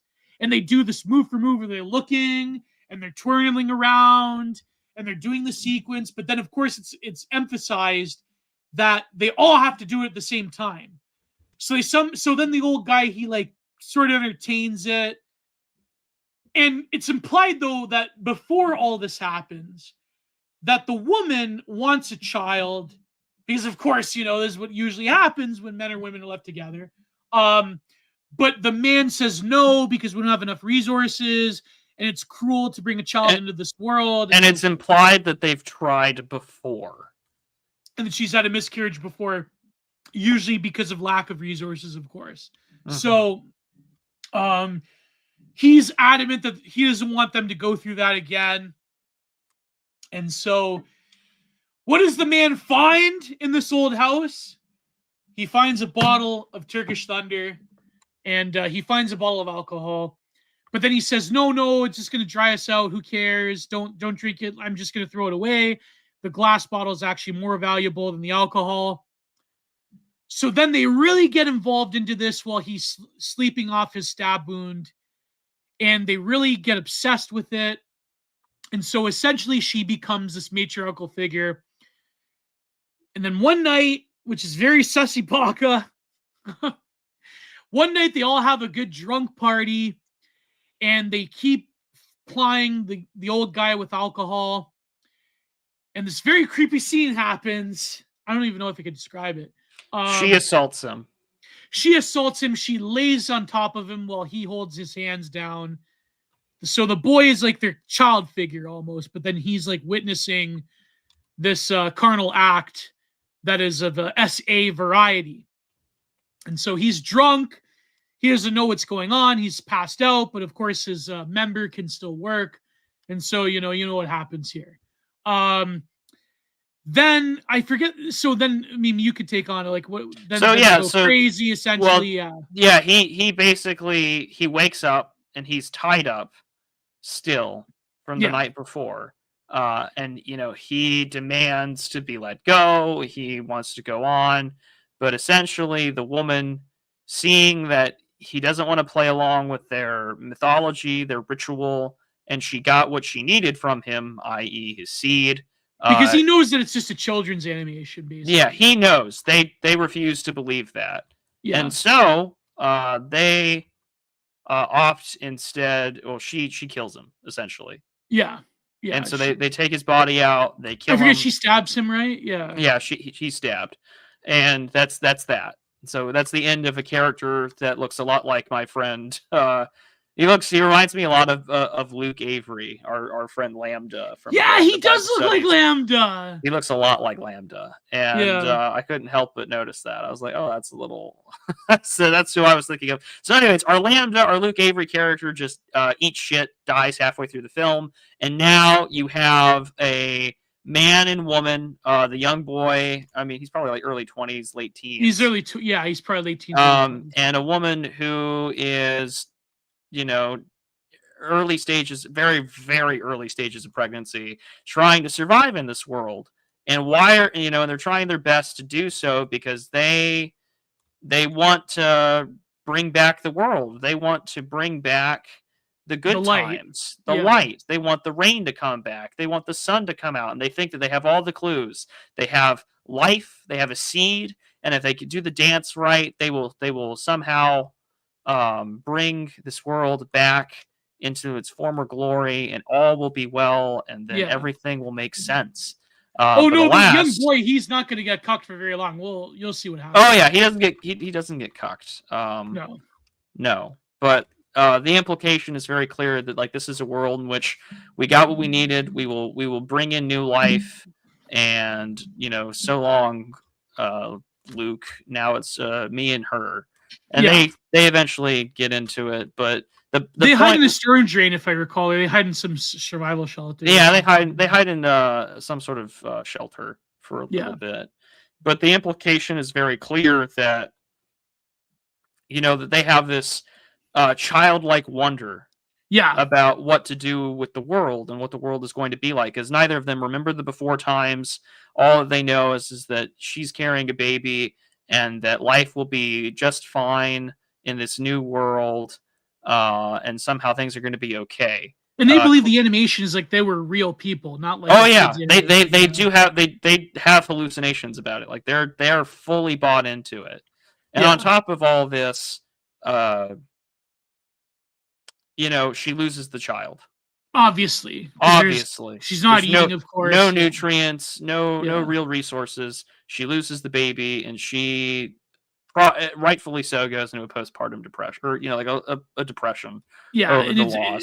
It's implied that, like, in terms of like a mythology, that she becomes like the consuming mother sort of deal. Oh yeah, she does become like she sees herself as a destroyer because she's lost the baby. She can't bring anything good into this world. What good is it for?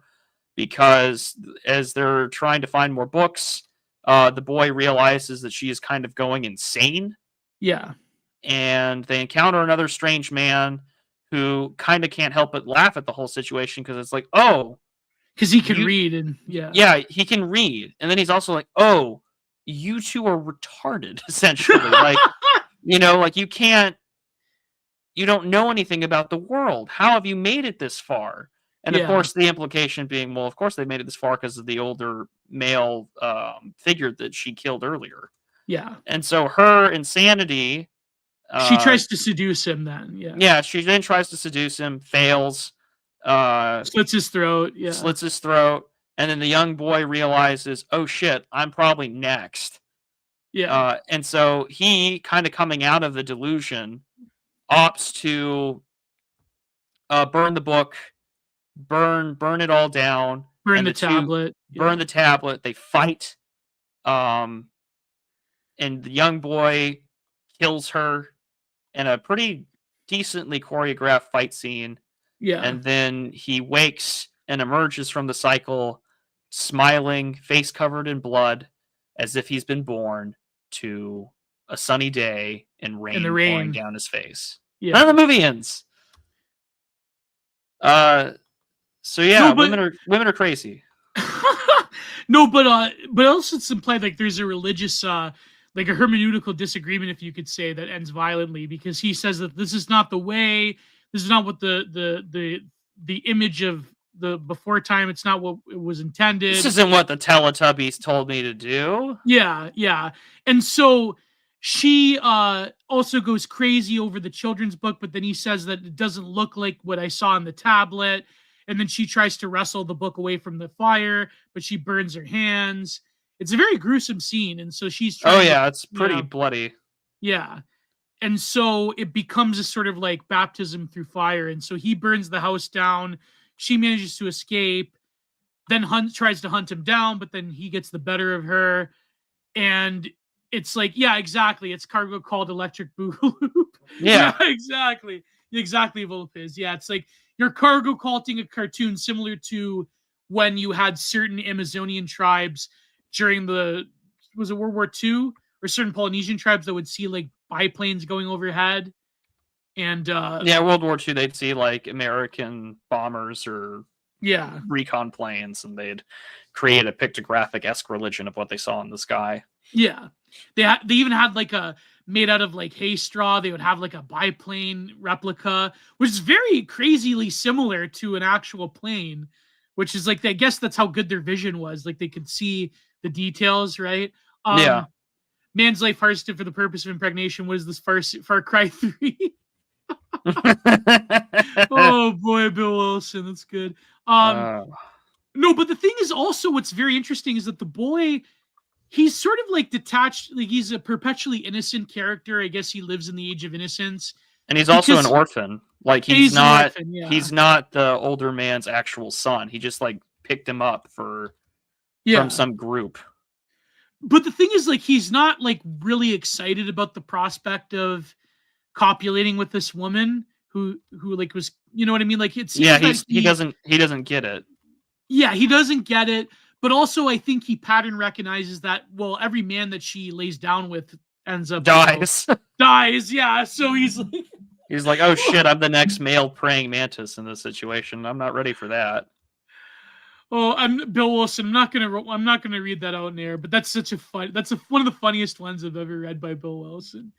Teletubby 4. Oh no, I can't read it. Oh God. So true, King. So true. That's probably someone's kink.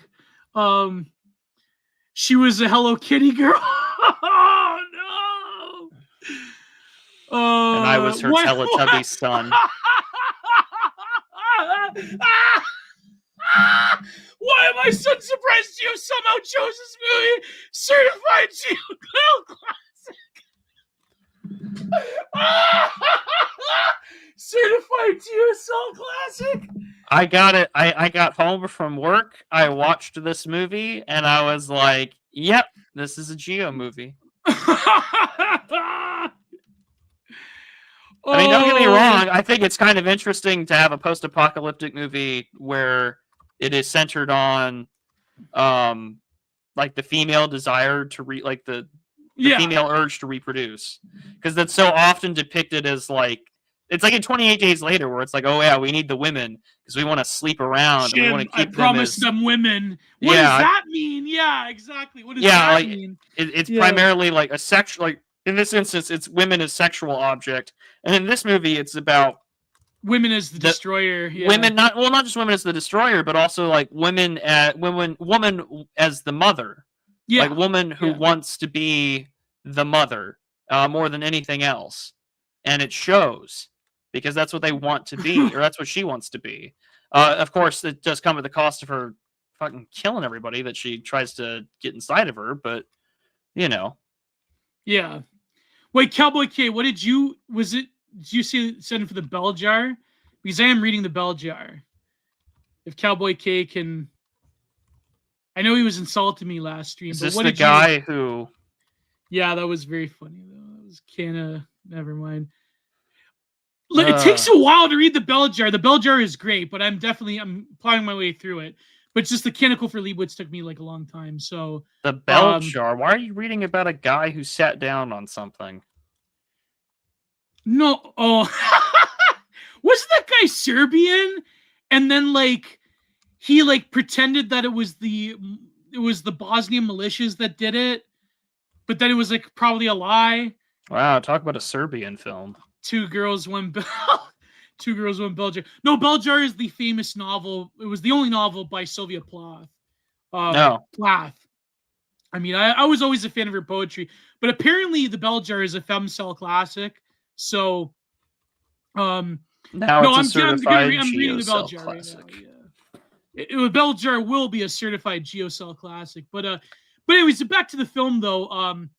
No, that's another guy. No, okay, not the jar guy was different. Yeah, the jar guy was different. Apparently, he said like to prevent it from breaking, he would fill the jars with water, but then he didn't fill the one with water. Never mind. Never mind. Clearly, this is ancient. This is ancient. He Internet was Ukrainian gore. And he died semi recently. The jar guy. Did he die in the war? No. I think he died of. He was older at the time, so I think he may have died of heart failure or something. Better than. Yeah, but there was another one. There was another one in Serbia, and then Gio's right in the early '90s. A Serbian sex pervert got a bottle and saved himself social embarrassment. He blamed it on Muslims and started the Balkan Wars. That's amazing. That's incredible. I think Count Dankula had a Mad Lads about it. Yeah. Small price to pay. Small price to pay. The guy who sparked the Serbian war using a bottle. Plath is a little too overwrought for me. Yeah, I mean, Sylvia Plath is a bit overwrought, but I will say that like her purple prose she does it better than a lot of other people. Review Mystery Hands? No. If you give me $300, I will review. No, I'm not going to say that. No, because there's nothing to review. Like if you want me to review the documentary Zoo about Mystery Hands, maybe I could consider it. But I'm starting to think Tubi doesn't exist. It's just a front organization for Gio to talk about these sort of movies.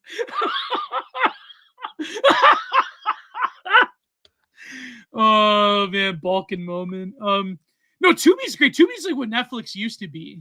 You can find a lot of gems. I mean, there's a lot of coal on Tubi. Man cannot live on coal alone, but boy, oh boy, are we going to try on this podcast. Oh man. But anyway, so the film, I thought it was great because it does have like, it was a deeper take. I mean, listen, the pacing was pretty bad. It could have been cut from 20 minutes of the film. 30 This could have been a short film. Could have been a short film, yeah. This could have been a short student film, and this could have been a much more condensed movie. There was a lot of unnecessary. I get it. It's the apocalypse. I don't need to watch all these scenes about forging. I'm good. I don't need it. I see it, but oh well. Interesting concept.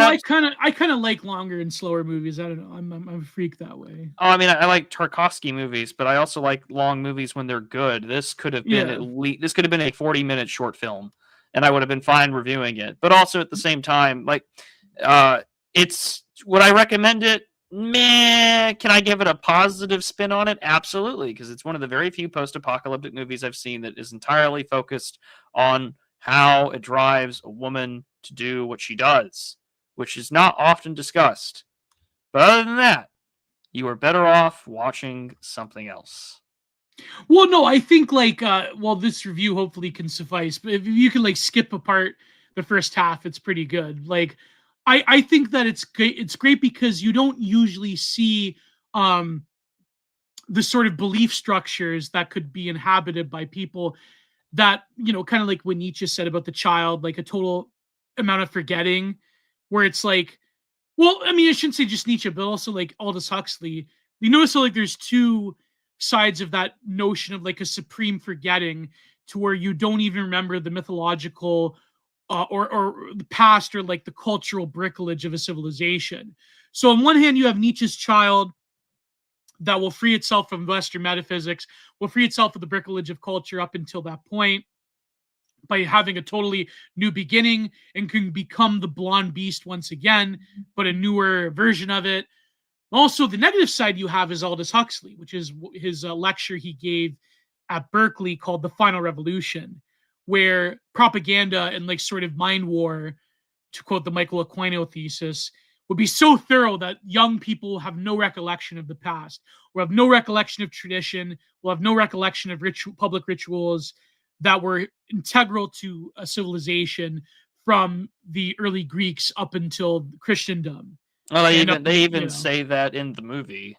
Yeah. You remember, like, she's referring to the guy the very first man, the guy who looks like Lambda, and she says, "Do you remember the guy? Remember how he was talking about how people would try and do these things to please someone they couldn't see? So talking about God or some kind of religion." They're like, well, maybe that's what we need to do with this dance, you know? Like, it was very implied about just like religiosity. But that's what I mean. Imagine like taking a toddler and trying to describe the history of the church history to them. Like, how would they conceptualize God? Yeah, exactly. Right? Yeah. Rumor has it that something with those Albanians did the same thing to Kevin Nash in an alleyway in 1992. That's probably true. Yes, I have read parts of Carol Quigley's Tragedy and Hope. I haven't read all of it, but I actually bought the copy of Tragedy and Hope from InfoWars. I don't know if I should admit that, but like those years ago, when he first republished Tragedy and Hope. But anyway, so I don't think you should be ashamed of buying something from InfoWars. I think that there are much worse places that you can buy shit from. Oh yeah, they came with all these stickers too, and it came with a pocket Constitution. I thought that was a pretty good gimmick, you know. But base department, yeah. But I really like Ron this film. Paul 2012, baby. You know, like that's the vibe I'm getting. I think I actually bought Tragedy Hope around 2012 from InfoWars. So no, but I really like the film because it does have a very different take, and like you said, which I mean, you know, as a male feminist myself, I did appreciate how that was sort of like a woman-centric film. I mean, ultimately, it gave women a form of agency that could also be a, you know, destructive figure as well as a figure of bringing a sense of life back into a desolate world. So you do have a very nuanced take on the feminine. You know. Oh yeah. So I think that it's very different than usually. Like, I know that, like, for example, the walking soy, they'll like try to do like a female centric thing, but their female centric thing always becomes like the Mary Sue action figure. And like, well, even in the very first season, it was very material. Like there's a point where they're like in a quarry or like in a water like area by what looks like a quarry or that was when what's her name? She still had her abusive husband. Yeah. And she jokingly says that she misses her dildo, and it's just like, really, Carol. Yeah. Like, and it's just like, okay. The Norman Reedus becomes her dildo, so basically she essentially does. No, they never do it, but I guarantee you she probably like femgoon to Norman Reedus. That's probably. It's implied that they have sort of like a mother-son relationship, but then like they have some kind of relationship, that's for sure. I remember there was this one scene where I think like they were alone in a patrol together, and Norman Reedus was like, "Oh, you want to fool around a little bit?" But they're like, "No, it's better not." Like, I guess like it'd be too weird. I guess they were contemplating having an actual relationship, but then it's like better just to have like a mother-son type of deal going on. So it's very funny in my knowledge of The Walking Dead. It's just like, for a show that you hate, you sure really know it. I watched every episode because of my mother. That's like, because like it was my mother's favorite show. So the devouring mother strikes again. I better watch it with her. You know, I don't know why she liked these shows. Like, she watched all of them. Like I just watched The Walking Dead and Fear the Walking Dead. I never watched the Zoomer one. I don't care about the one where Norman Reedus is in Paris. And it's like my mother watches all of them. All of them. The Norman Reedus one, the spinoff, the Zoomer spinoff. The things you do for love. It's like, I don't know why she likes zombie movies. It's like she watches Hallmark movies and zombie movies. That's my mother. Very weird. Very strange. The two things that you don't give a shit about.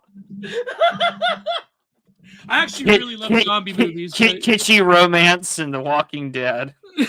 Yeah.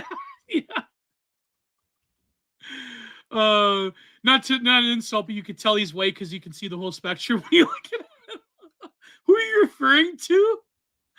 Oh, Barnes and Noble. You can admit to buying from InfoWars. If you admit buying from Barnes, I'd rather buy from Barnes and I'd rather buy from InfoWars than Barnes and Noble. Yeah, I'd rather buy from InfoWars. Yeah. Like, there's a Books A Million not too far from my apartment, and I get like really depressed when I walk in, and there is nothing in there except like a whole bunch of anime shit, Legos, Funko Pops, magazines. It's terrible. And then like all the femgoon slop. And the anime section's atrocious. And it's just like, we've like all this stuff from Book Talk, and I'm like, I'm thinking about just like redacting myself in front of this like 200-pound obese like cashier with the eye descent earrings. Yeah, you know who you are, you fat sloppy piece of shit. Listen, like, you can't insult fat people while being on this show. I sure can, because you're not wearing a fucking Resist Sister t-shirt. Yeah, you're not wearing the I Dissent Ruth Bader Ginsburg earrings, and you're losing weight. She never will. Her gravitational pull in that store will eventually pull a book off the shelf, whereas you, sir, are improving on your health and character, and you're not a libtard. There's a big difference. You know what's crazy? Why do they have that? Because if you actually like look at Ruth Bader Ginsburg's record, she dissented a lot of issues, but she also like affirmed a lot of, like, you can't say a Supreme Court judge just dissents on things. She wrote a majority decision on a lot of things, didn't she not? I don't think she wrote actually any majority. I could be wrong on that, but I don't think she wrote. If she wrote any majority decisions, she didn't write a lot of them. She wrote plenty of dissenting opinions. Right, but I mean, the point being is that, of course, she had to rate at least a few majority opinion, right? Like, usually it goes to the usually goes to the Chief Justice of the court to write it, depending on how the vote is cast. If not, who is the Chief Justice now? John Roberts. Oh God! Oh no! Has been for like 20 years almost. Apparently, Clarence Thomas is going to retire when Trump's in office. Oh, God. My heart breaks for him, but that's the smart thing to do. Yeah, he's getting old though, man. He's getting old. Yeah, he is getting old. He's like one of the oldest members on the court right now. So yes, he does need to retire while a Republican, like when Trump is in office. Oh yeah. Well, I would ask for better Supreme Court picks this time, because good God, I'm not happy with Mommy Comey. I don't trust anyone that's like, you know what? I've had enough children get popped out of me. Might as well go shop abroad. Oh God. That is a lot of nice things to say about her. That was like they say, like among like these like upper class evangelical circles, like it was a rite of passage. Catholic. To, like, but even like Catholics, it was like a rite of passage to like adopt an African child or whatever. No, of course, you know. Yeah, trafficking like, knows no bounds. Oh boy, but like Clarence Thomas. You ever seen pictures of him from like the early '90s and the '80s? Like he was jacked, man. He was like a bodybuilder. Like, he was a well put together guy. Yeah, like he like a football star. They tried to keep the black man down with Anita. What's her name? Oh, Anita Bryant.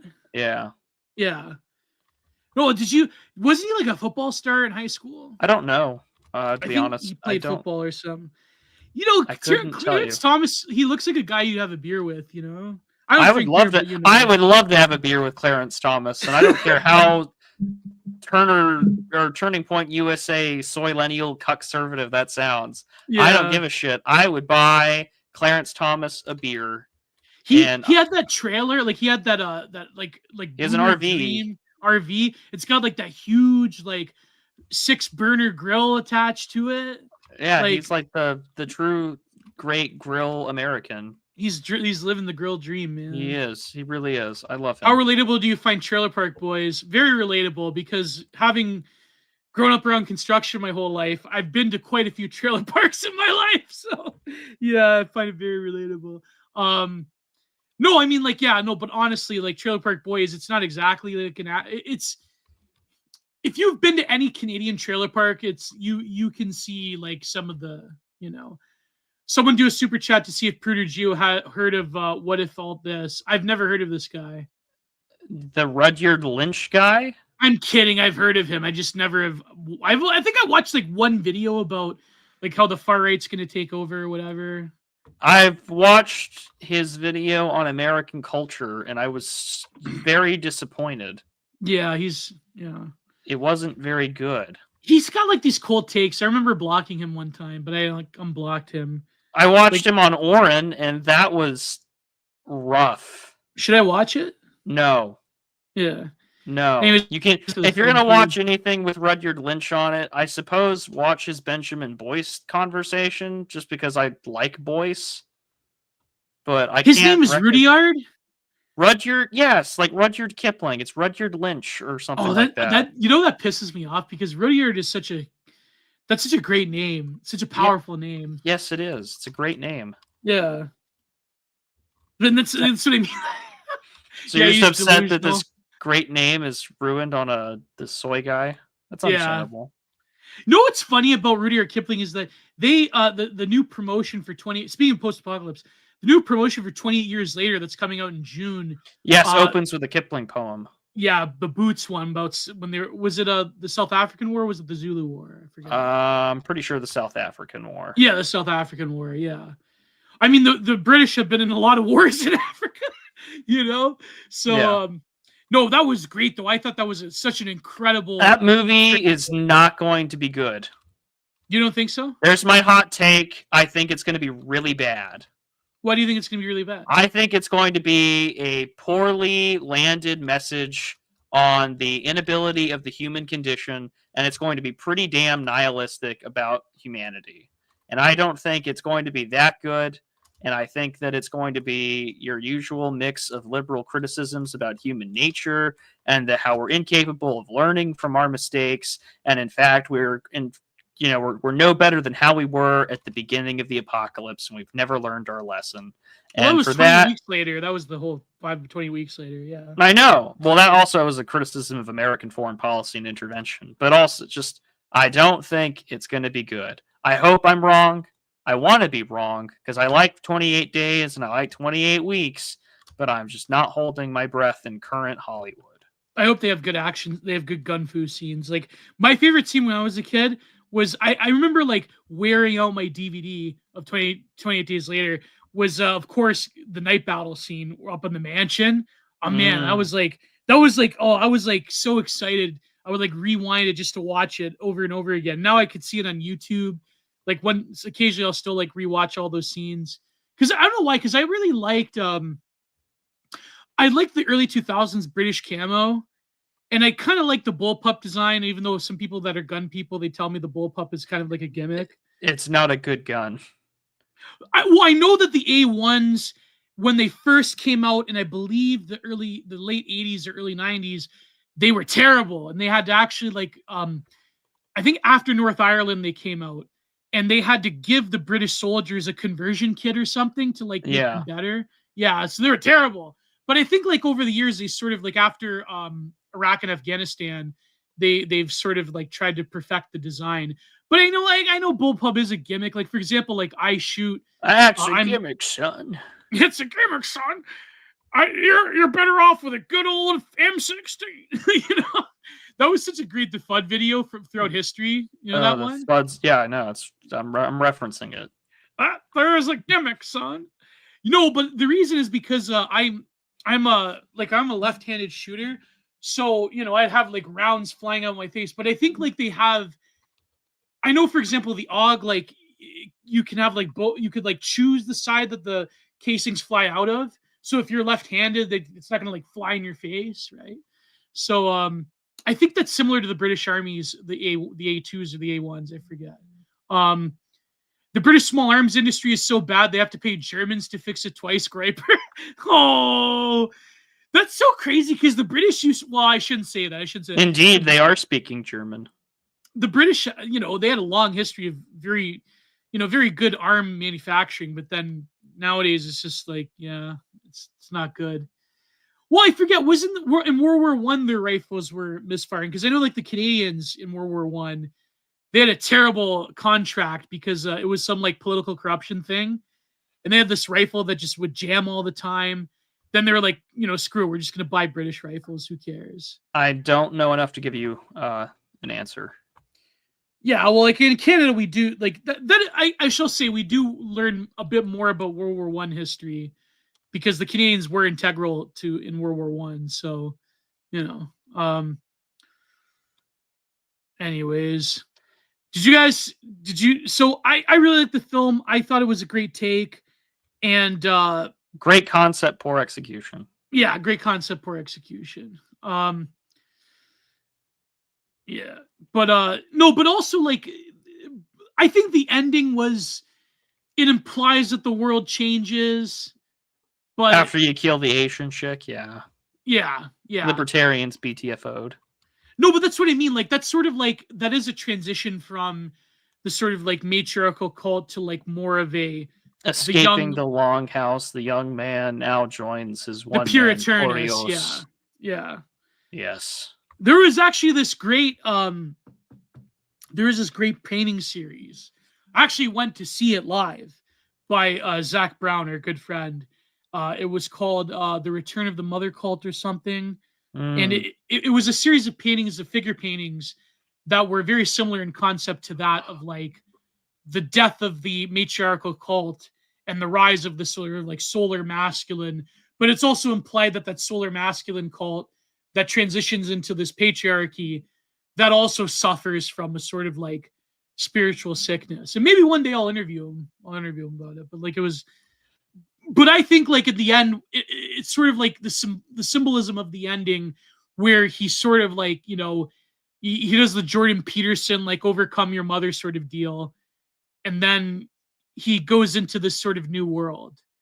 But then it's like, but still it's like, the world is still over. The world is still over. And it's just the dance. Like, was it actually, in a weird way, like, was the dance significant in terms of like a form of sympathetic magic? Or is it just like by pure happenstance, the rain came out when they did the little dance? You know what I mean? So it's like, well, the lighting implies a trance-like state. Yeah. It implies a dream. It implies an altered state of consciousness because they try to go back to it over and over, and very rarely do they. Yeah, it's very circumstantial. But also, like when you think of it, the film is good because to me, I think the thought experiment of if this were to happen, if the world were to end, if there was no recollection of the past, there's something deep that dwells within the human soul that allows for certain mythological archetypal patterns to reemerge over and over again. And so I think like that was why initially when I watched the film out of pure happenstance, I'm like, oh man, this is great, right? It's boring, but it's great. But usually I kind of like boring indie films. Like, I like a lot of boring romance indie films. I don't know why. Anyways, don't ask me. There's a lot of Canadian films like that, by the way. They're very long and drawn out. But just like this podcast. Just like this podcast. No, oh my God. No, but that's what I mean. Like, I think the thought experiment being that we would go back over and over again to the very primitive structures of belief and religiosity, that those things do not lose themselves in the human spirit. Correct. But the iterations of them can come from something very throwaway and as juvenile as a children's cartoon in some Wattpad. Like, you know what I mean? So yeah, I thought that's what was really great about the film. And the fact that there is a central role of the feminine as well. Yeah. Oh yeah, very Fallout vibe that some kooky thing would be the center of a post-apocalyptic religion. What's it in Fallout again? I forget. Well, like in Fallout 4 in Fenway Park, they're all dressed like fucking baseball umpires, or that's crazy. And you have the Kings in Fallout New Vegas, where everyone's like Elvis Presley. It's great. That was like Idiocracy, President Comanche. Yeah. So that's another movie that Luigi Bancione referenced. Oh, he did? Yes. That is kind of like a midwit take, I gotta say. He's a Hananiac in that way. He's concerned about all the low IQ people breeding. We kind of have like a We kind of have like a pro wrestling president now, though. We truly do have a Hanania problem. I agree. Yeah. Elvis impressionist nationalism. Elvis Presley nationalism. I'm surprised that's not like an article that was written in the fucking American Mind for the Claremont Institute. Yeah. I mean, there's people that treat Elvis like a religious figure, though. That is true. That is true. He had quite the fandom. My aunt used to date an Elvis Presley impersonator. Oh man. Yeah, like he would go to like apparently like there's this whole circuit of them where they like do shows and they like, you know, some are better than others, of course. There's like this whole cottage industry of just Elvis. Yeah. The real lesson, of course, in all of these stories is to never be one-shotted by a Mesoamerican six-dimensional ayahuasca demon. Yeah. In the form of a beautiful Asian woman. That's true. Never don't she's not worth it, guys. I don't care how former libertarian you might be. She ain't worth it. Don't surrender to the yellow menace. Oh boy. I've seen I've seen that awful movie about nuclear reactors, the China Syndrome. I have read The Rising Sun from Michael Crichton. It's just not worth it. Wasn't there another film with Mike O'Kane called A Bullet to Beijing about something similar to that? I don't recall. Yeah. Maybe. Who knows? No. He married an Indian woman, didn't he? Yeah, I think so. Michael Caine. Michael Caine. No, what Idiocracy takes ain't cool anymore. I can't keep up. No, it's not that they're not cool. Kane. It's not that they're not cool anymore. It's just that. Oh, I stand corrected. Guyanese. Yeah. No, but I think like a lot of people, they use Idiocracy as like a shorthand heuristic for like, you know, oh, the world's getting dumber, man. Like, I think like Idiocracy got a lot of things right, but I think it didn't like really account for. I had to laugh because they were like, "Oh, it's the idiot white Walmart people that'll do it," and I'm like, "No, man, no. The future of Idiocracy is a lot more." Idiocracy didn't account for Brazil. multiculturalism. Yeah, it didn't account. No, Idiocracy wasn't gonna.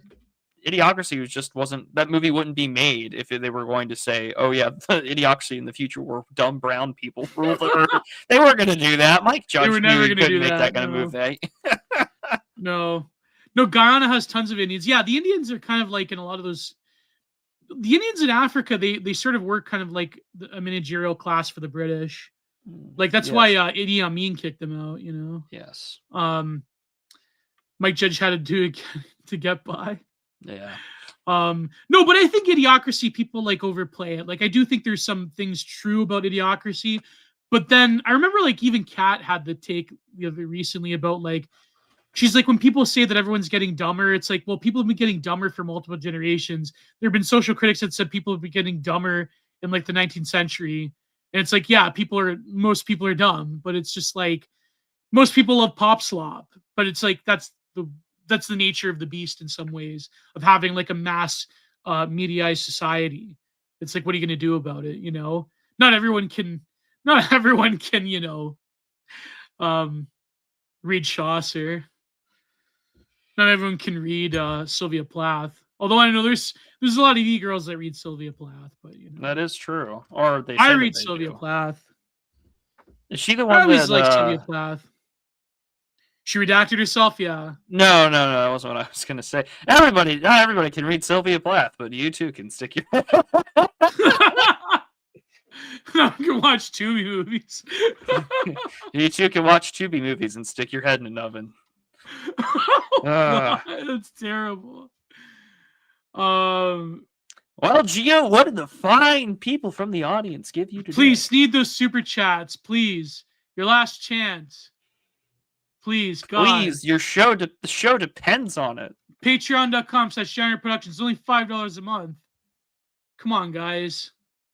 I used to make more on Patreon, but nowadays I don't know. Like, do the needful, as the kids What do you say. want me to do? I mean, I try to put out content consistently. Like, it's just, if you guys have any suggestions for attracting people to be pay angels, Gotta get those and Computer Room Web. delicious pay froggies.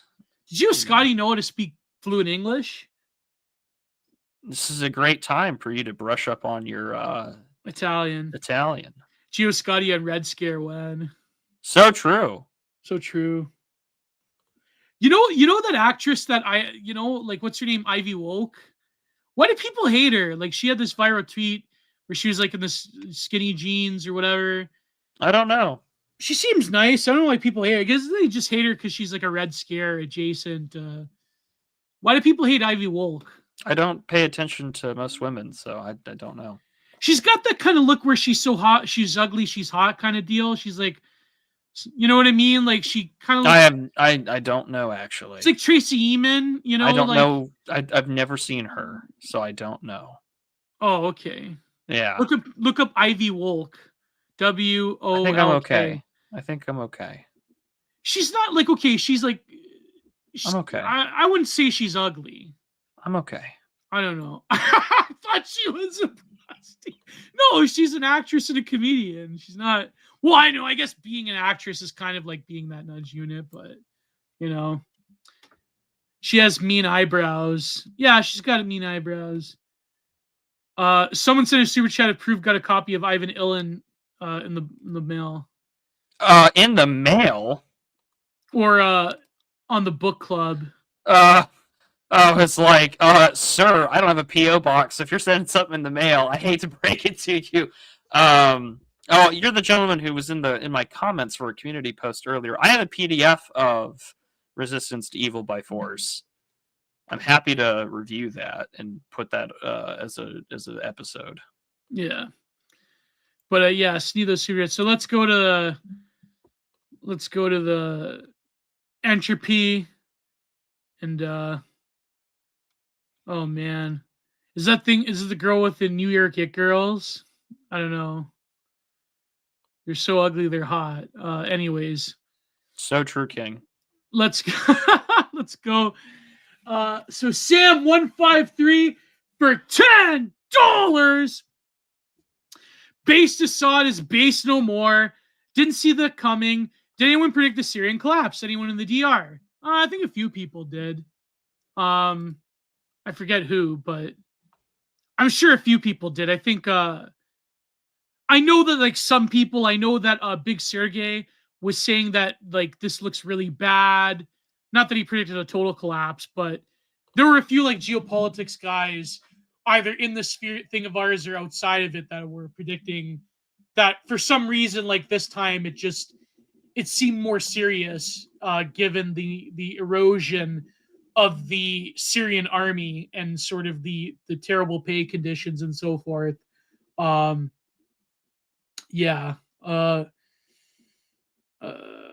Fuentes predicted a collapse. Okay, yeah. I mean, for all the things you could say about Fuentes, I will say he does have. He called that one. No, but like he usually does have some good geopolitical takes. I will say. I know he's gotten soft on Russia, but whatever. He does. I mean, he does have good geopolitical analysis. Turkey screwed up by openly betraying Putin, giving him the reason to cut off and deal with the NATO. Well, I mean, I don't know. Erdogan always does play people by the middle. So he does play both sides, as the kids say. Yeah. I don't know what he can do to recuperate relations with Putin, though, in Russia. He'll probably try to do something to recuperate that relationship. I imagine like that's his like 7D chess move would be to like sort of shore up a relationship with the West by shivving Assad, but then also doing something on the the Eurasian side. So we'll see what happens. I think Semyagog has more better takes on that. So anyways, Seneca for $10. Missouri lore. Let's go. I've mentioned the Missouri State Pen here before, the state penitentiary, but I don't remember if I noted how haunted it is. I remember when I was a kid, I remember watching one of these like ghost shows on Discovery, and I believe it mentioned the Missouri State Penitentiary as it being like a haven of paranormal activity. A tour guide I know there caught half an apparition on phone pic at 2 a.m. in the pen. Wait, let's go. Are you sure he wasn't spending time in the penitentiary? He was a tour guide. Tour guide of the State Historical Pen, ghost on film. Woo! Oh, that's right. I think it's no longer in use. It's actually like it's a museum, I think now. Kind of like here in Ontario, Kingston Penitentiary is like a museum. We're here Kinda for like, a good time. Yeah. A tour guide I know that caught half apparition and phone pic at 2 a.m. in the pen heard a door suddenly slam, and she quickly took the picture of the door. I saw the pic and it's really creepy. Wow, that's crazy. Man. All right. So that's great. Yeah, I love Missouri lore. That's one of my favorite parts of the show. So true. What bar is he holding, Prude? That's a good question. Copy? Calippo or something? I don't know. Oh, a Calippo bar. I just have so many Apus. I have so many Apus. It's not even I like funny. that one where he's lighting a cigar. That's pretty cool. It's me right now. Yeah. So okay, thank you very much, Seneca. And Charlie Mackey, our good friend, for $20. Good evening. I hope you're both doing well. So thank you, Charlie Mackey. Thank you, Charlie. And the biggest one, internet friend for USD. He was Canadian. I can't believe this. USD for $50. Reimbursement for your takes on my Twitter space last night. Well, you didn't have to reimburse me. But thank you so much, internet friend. And hopefully we'll have you on the show one day to talk about the K-pop right. So I like that one, Prude. Yes. That's a good one. So if anyone wants to contribute to Entropy or even on YouTube, there are YouTube super chats. Yeah, we're going to go to the YouTube ones. So YouTube for $2 by Port Film Co., our good friend. Time of the Wolf is a pretty good post-apocalyptic film. Have I heard of Time of the Wolf? I'm happy to watch that one. I'll take your recommendation to Port Film Co-op. Time of the Wolf. Haneke's nightmare vision of post-apocalyptic worlds, darkly atmospheric, beautiful photography. 2003 French dystopia post-apocalyptic drama written and directed by Austrian filmmaker Michael Haneke. Oh, wow. I think I may have heard of Time of the Wolf. I think I may have seen this actually a long time ago. But Guard Frog on Tubi. Oh, that's pretty good. But okay, so let's go to where is it? Dank Dark for $20. And he has no message. Thank you, Dank Dark. Thank you so much from the bottom. Oh God, look at that one. I'm gonna say it. Oh no. I'm gonna say it. No. Anyways, Dank Dark, thank you so much, Dank Dark. Well, I mean, we're saying it in spirit. But anyways. I'm like Howling Mutant. It's all happening psychically. Yeah, I love that where it's like the guy's like, it's from the X-Men. Is that an X-Men? It's from the X-Men, the animated series. Yeah. And Zen ... for $20. Am I exposing myself as a chud if I explain that St. Nicholas was buried before there were any Turks in ancient Anatolia? No, that's true. It's 100% fact. Yeah, it's 100% fact. Yeah. Thank you so much. Yep, I appreciate it. I don't know how. No, but it's true. St. Nicholas was there before the Turks were in Anatolia. Well, yeah, the Turks aren't a thing in ancient Asia Minor. They're just not, and especially not when St. Nicholas was alive on the earth. But also, I don't know how I feel about all this like knowledge about they're all this saying that we found his tomb, and I'm like, well, we've had his relics for like over 1,000 years, so I'm not sure who you found. They did a facial reconstruction. He looks exactly like Santa Claus. Yeah. There you go. It's St. Nicholas before Santa Claus, of course. Didn't someone have a viral tweet recently? Was it Lee Greetwood or was it Lee? No, Lee had that other viral tweet. I think it was Howling Mutant, or was it or it may have been Uncle Doomer. I forget who had the viral tweet where he said, "Yeah, he looks exactly like Santa Claus." You mean? I don't know. I don't know who had the take. It was like a viral tweet. But yeah. So thank you so much, Zen. And we actually do have an Entropy for $5 by Prude's Ownless Kidney. One less kidney. Thank you, Owen Prude's One Less Kidney. Hello, gents. I hope you guys are doing well. I saw your Geopolitics and decided to do a little something to hop on the hype. I hope you both like it. Check Twitter if you like it. Please do an Art Stream, Gio. I will give you more money. God bless. I will. I was thinking of doing like like a reveal stream of my early works. You know, like when people do like their art journal thing.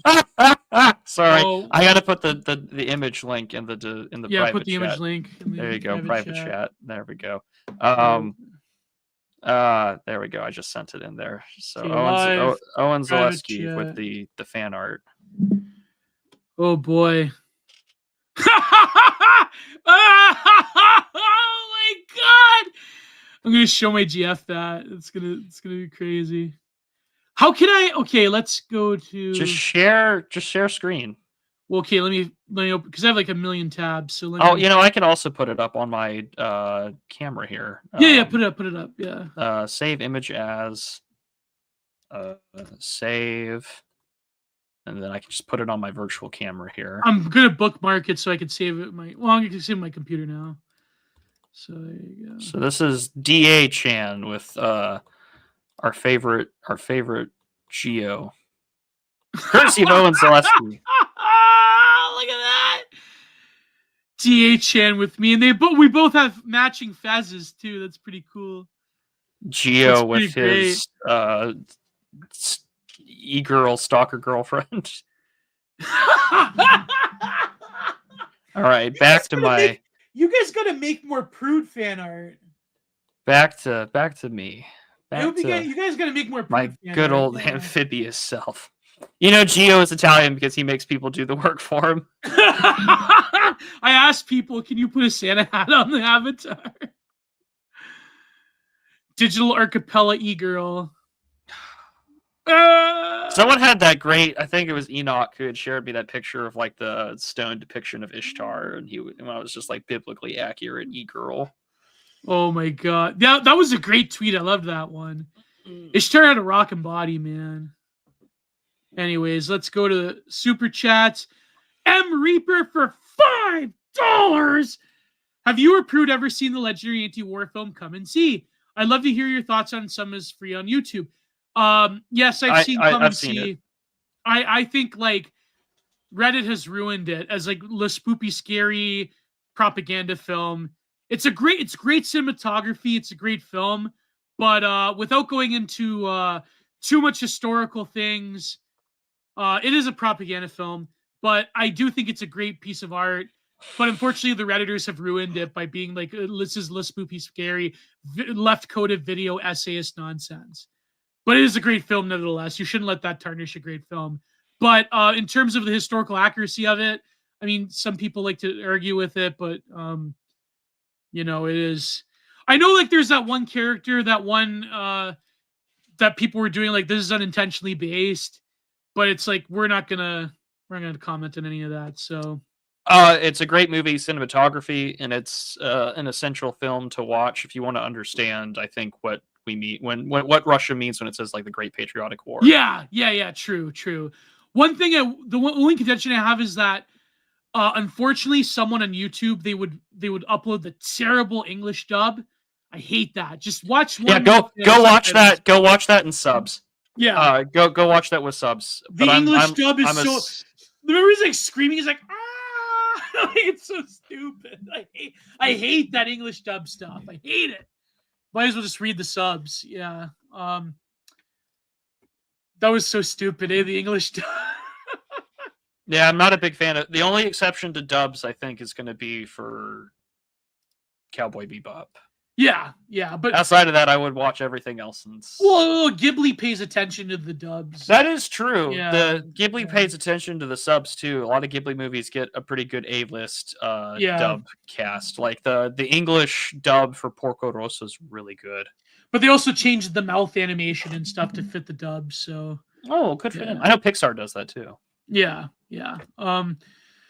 Sean Schaefer for $2. Glad to see Owen Zaleski and my art united.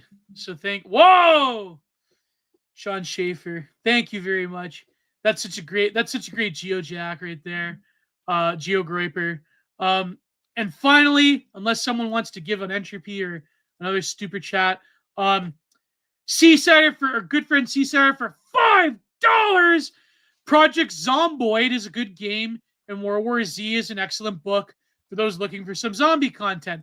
World War Z is good, but the movie was sort of like meh. You know, The movie's terrible. The book is great. Yeah, I like the fight scenes in the movie, but like the movie is like it pales in comparison to the book. So, yeah. But this has been a great stream. I hope you enjoyed our film analysis and our take on Luigi Mangione. And we'll see what happens in the future.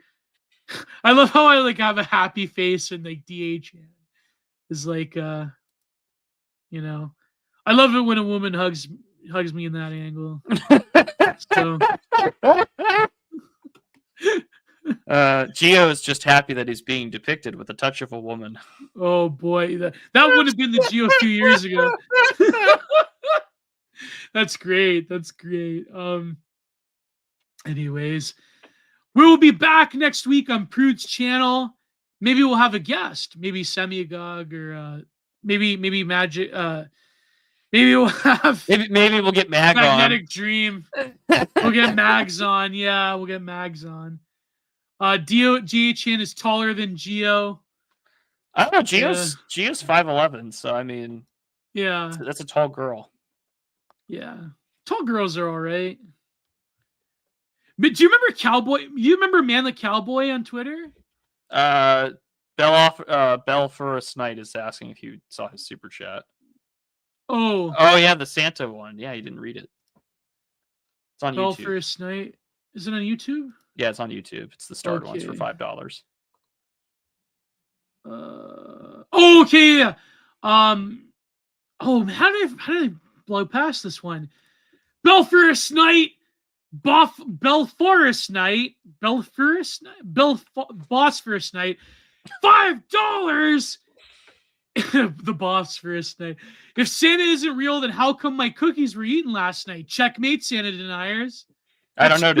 Did you leave your shoes out on December 6th for St. Nicholas? Yeah, I thought so.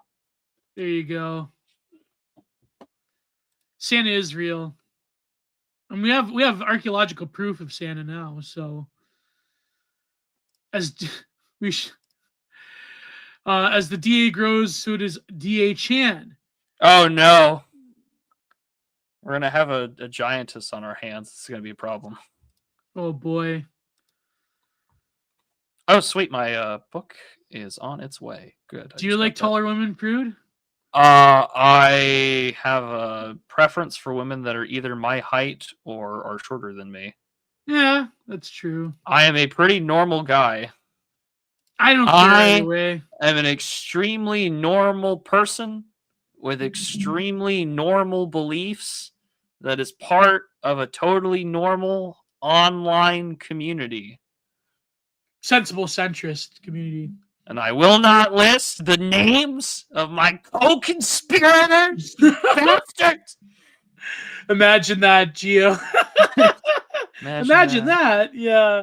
I do see, like, there is quite a few Geoisms, like, imagine that, it is what it is, never mind that. What else do I say all the time? Do not research. I shouldn't mention. There's a few other Geoisms. I remember someone compiled. Peter says, "Geo, help! What do I do? There's a cute Italian girl at my church." Well, keep your hands off of our women. Keep your hands off of her, and if you really want to impress her, go find yourself an insurance CEO. Does she work at McDonald's? I can't say that. There you go. But anyways, you know what I mean. Yeah, you know what I mean. No, go up and ask her, bro. Just go up and talk to her. Just talk to her. You know, just do it. Yeah. You walk up to her with your resume and you give her a nice, firm handshake and say you're looking for a job. Oh man, don't mix different species. Oh, keep your hands off our women while stealing Irish women. Yeah, that's very true. Is she Northern or Southern Italian? That makes all the difference right there. It truly does. You might... He says that while stealing Irish women. Well, I'm Mexican, so it's similar. Oh boy, that's a conundrum. I understand that you want to escape the gordita goblina crunch. I understand, Peter. There's a lot of good-looking Hispanic women, though.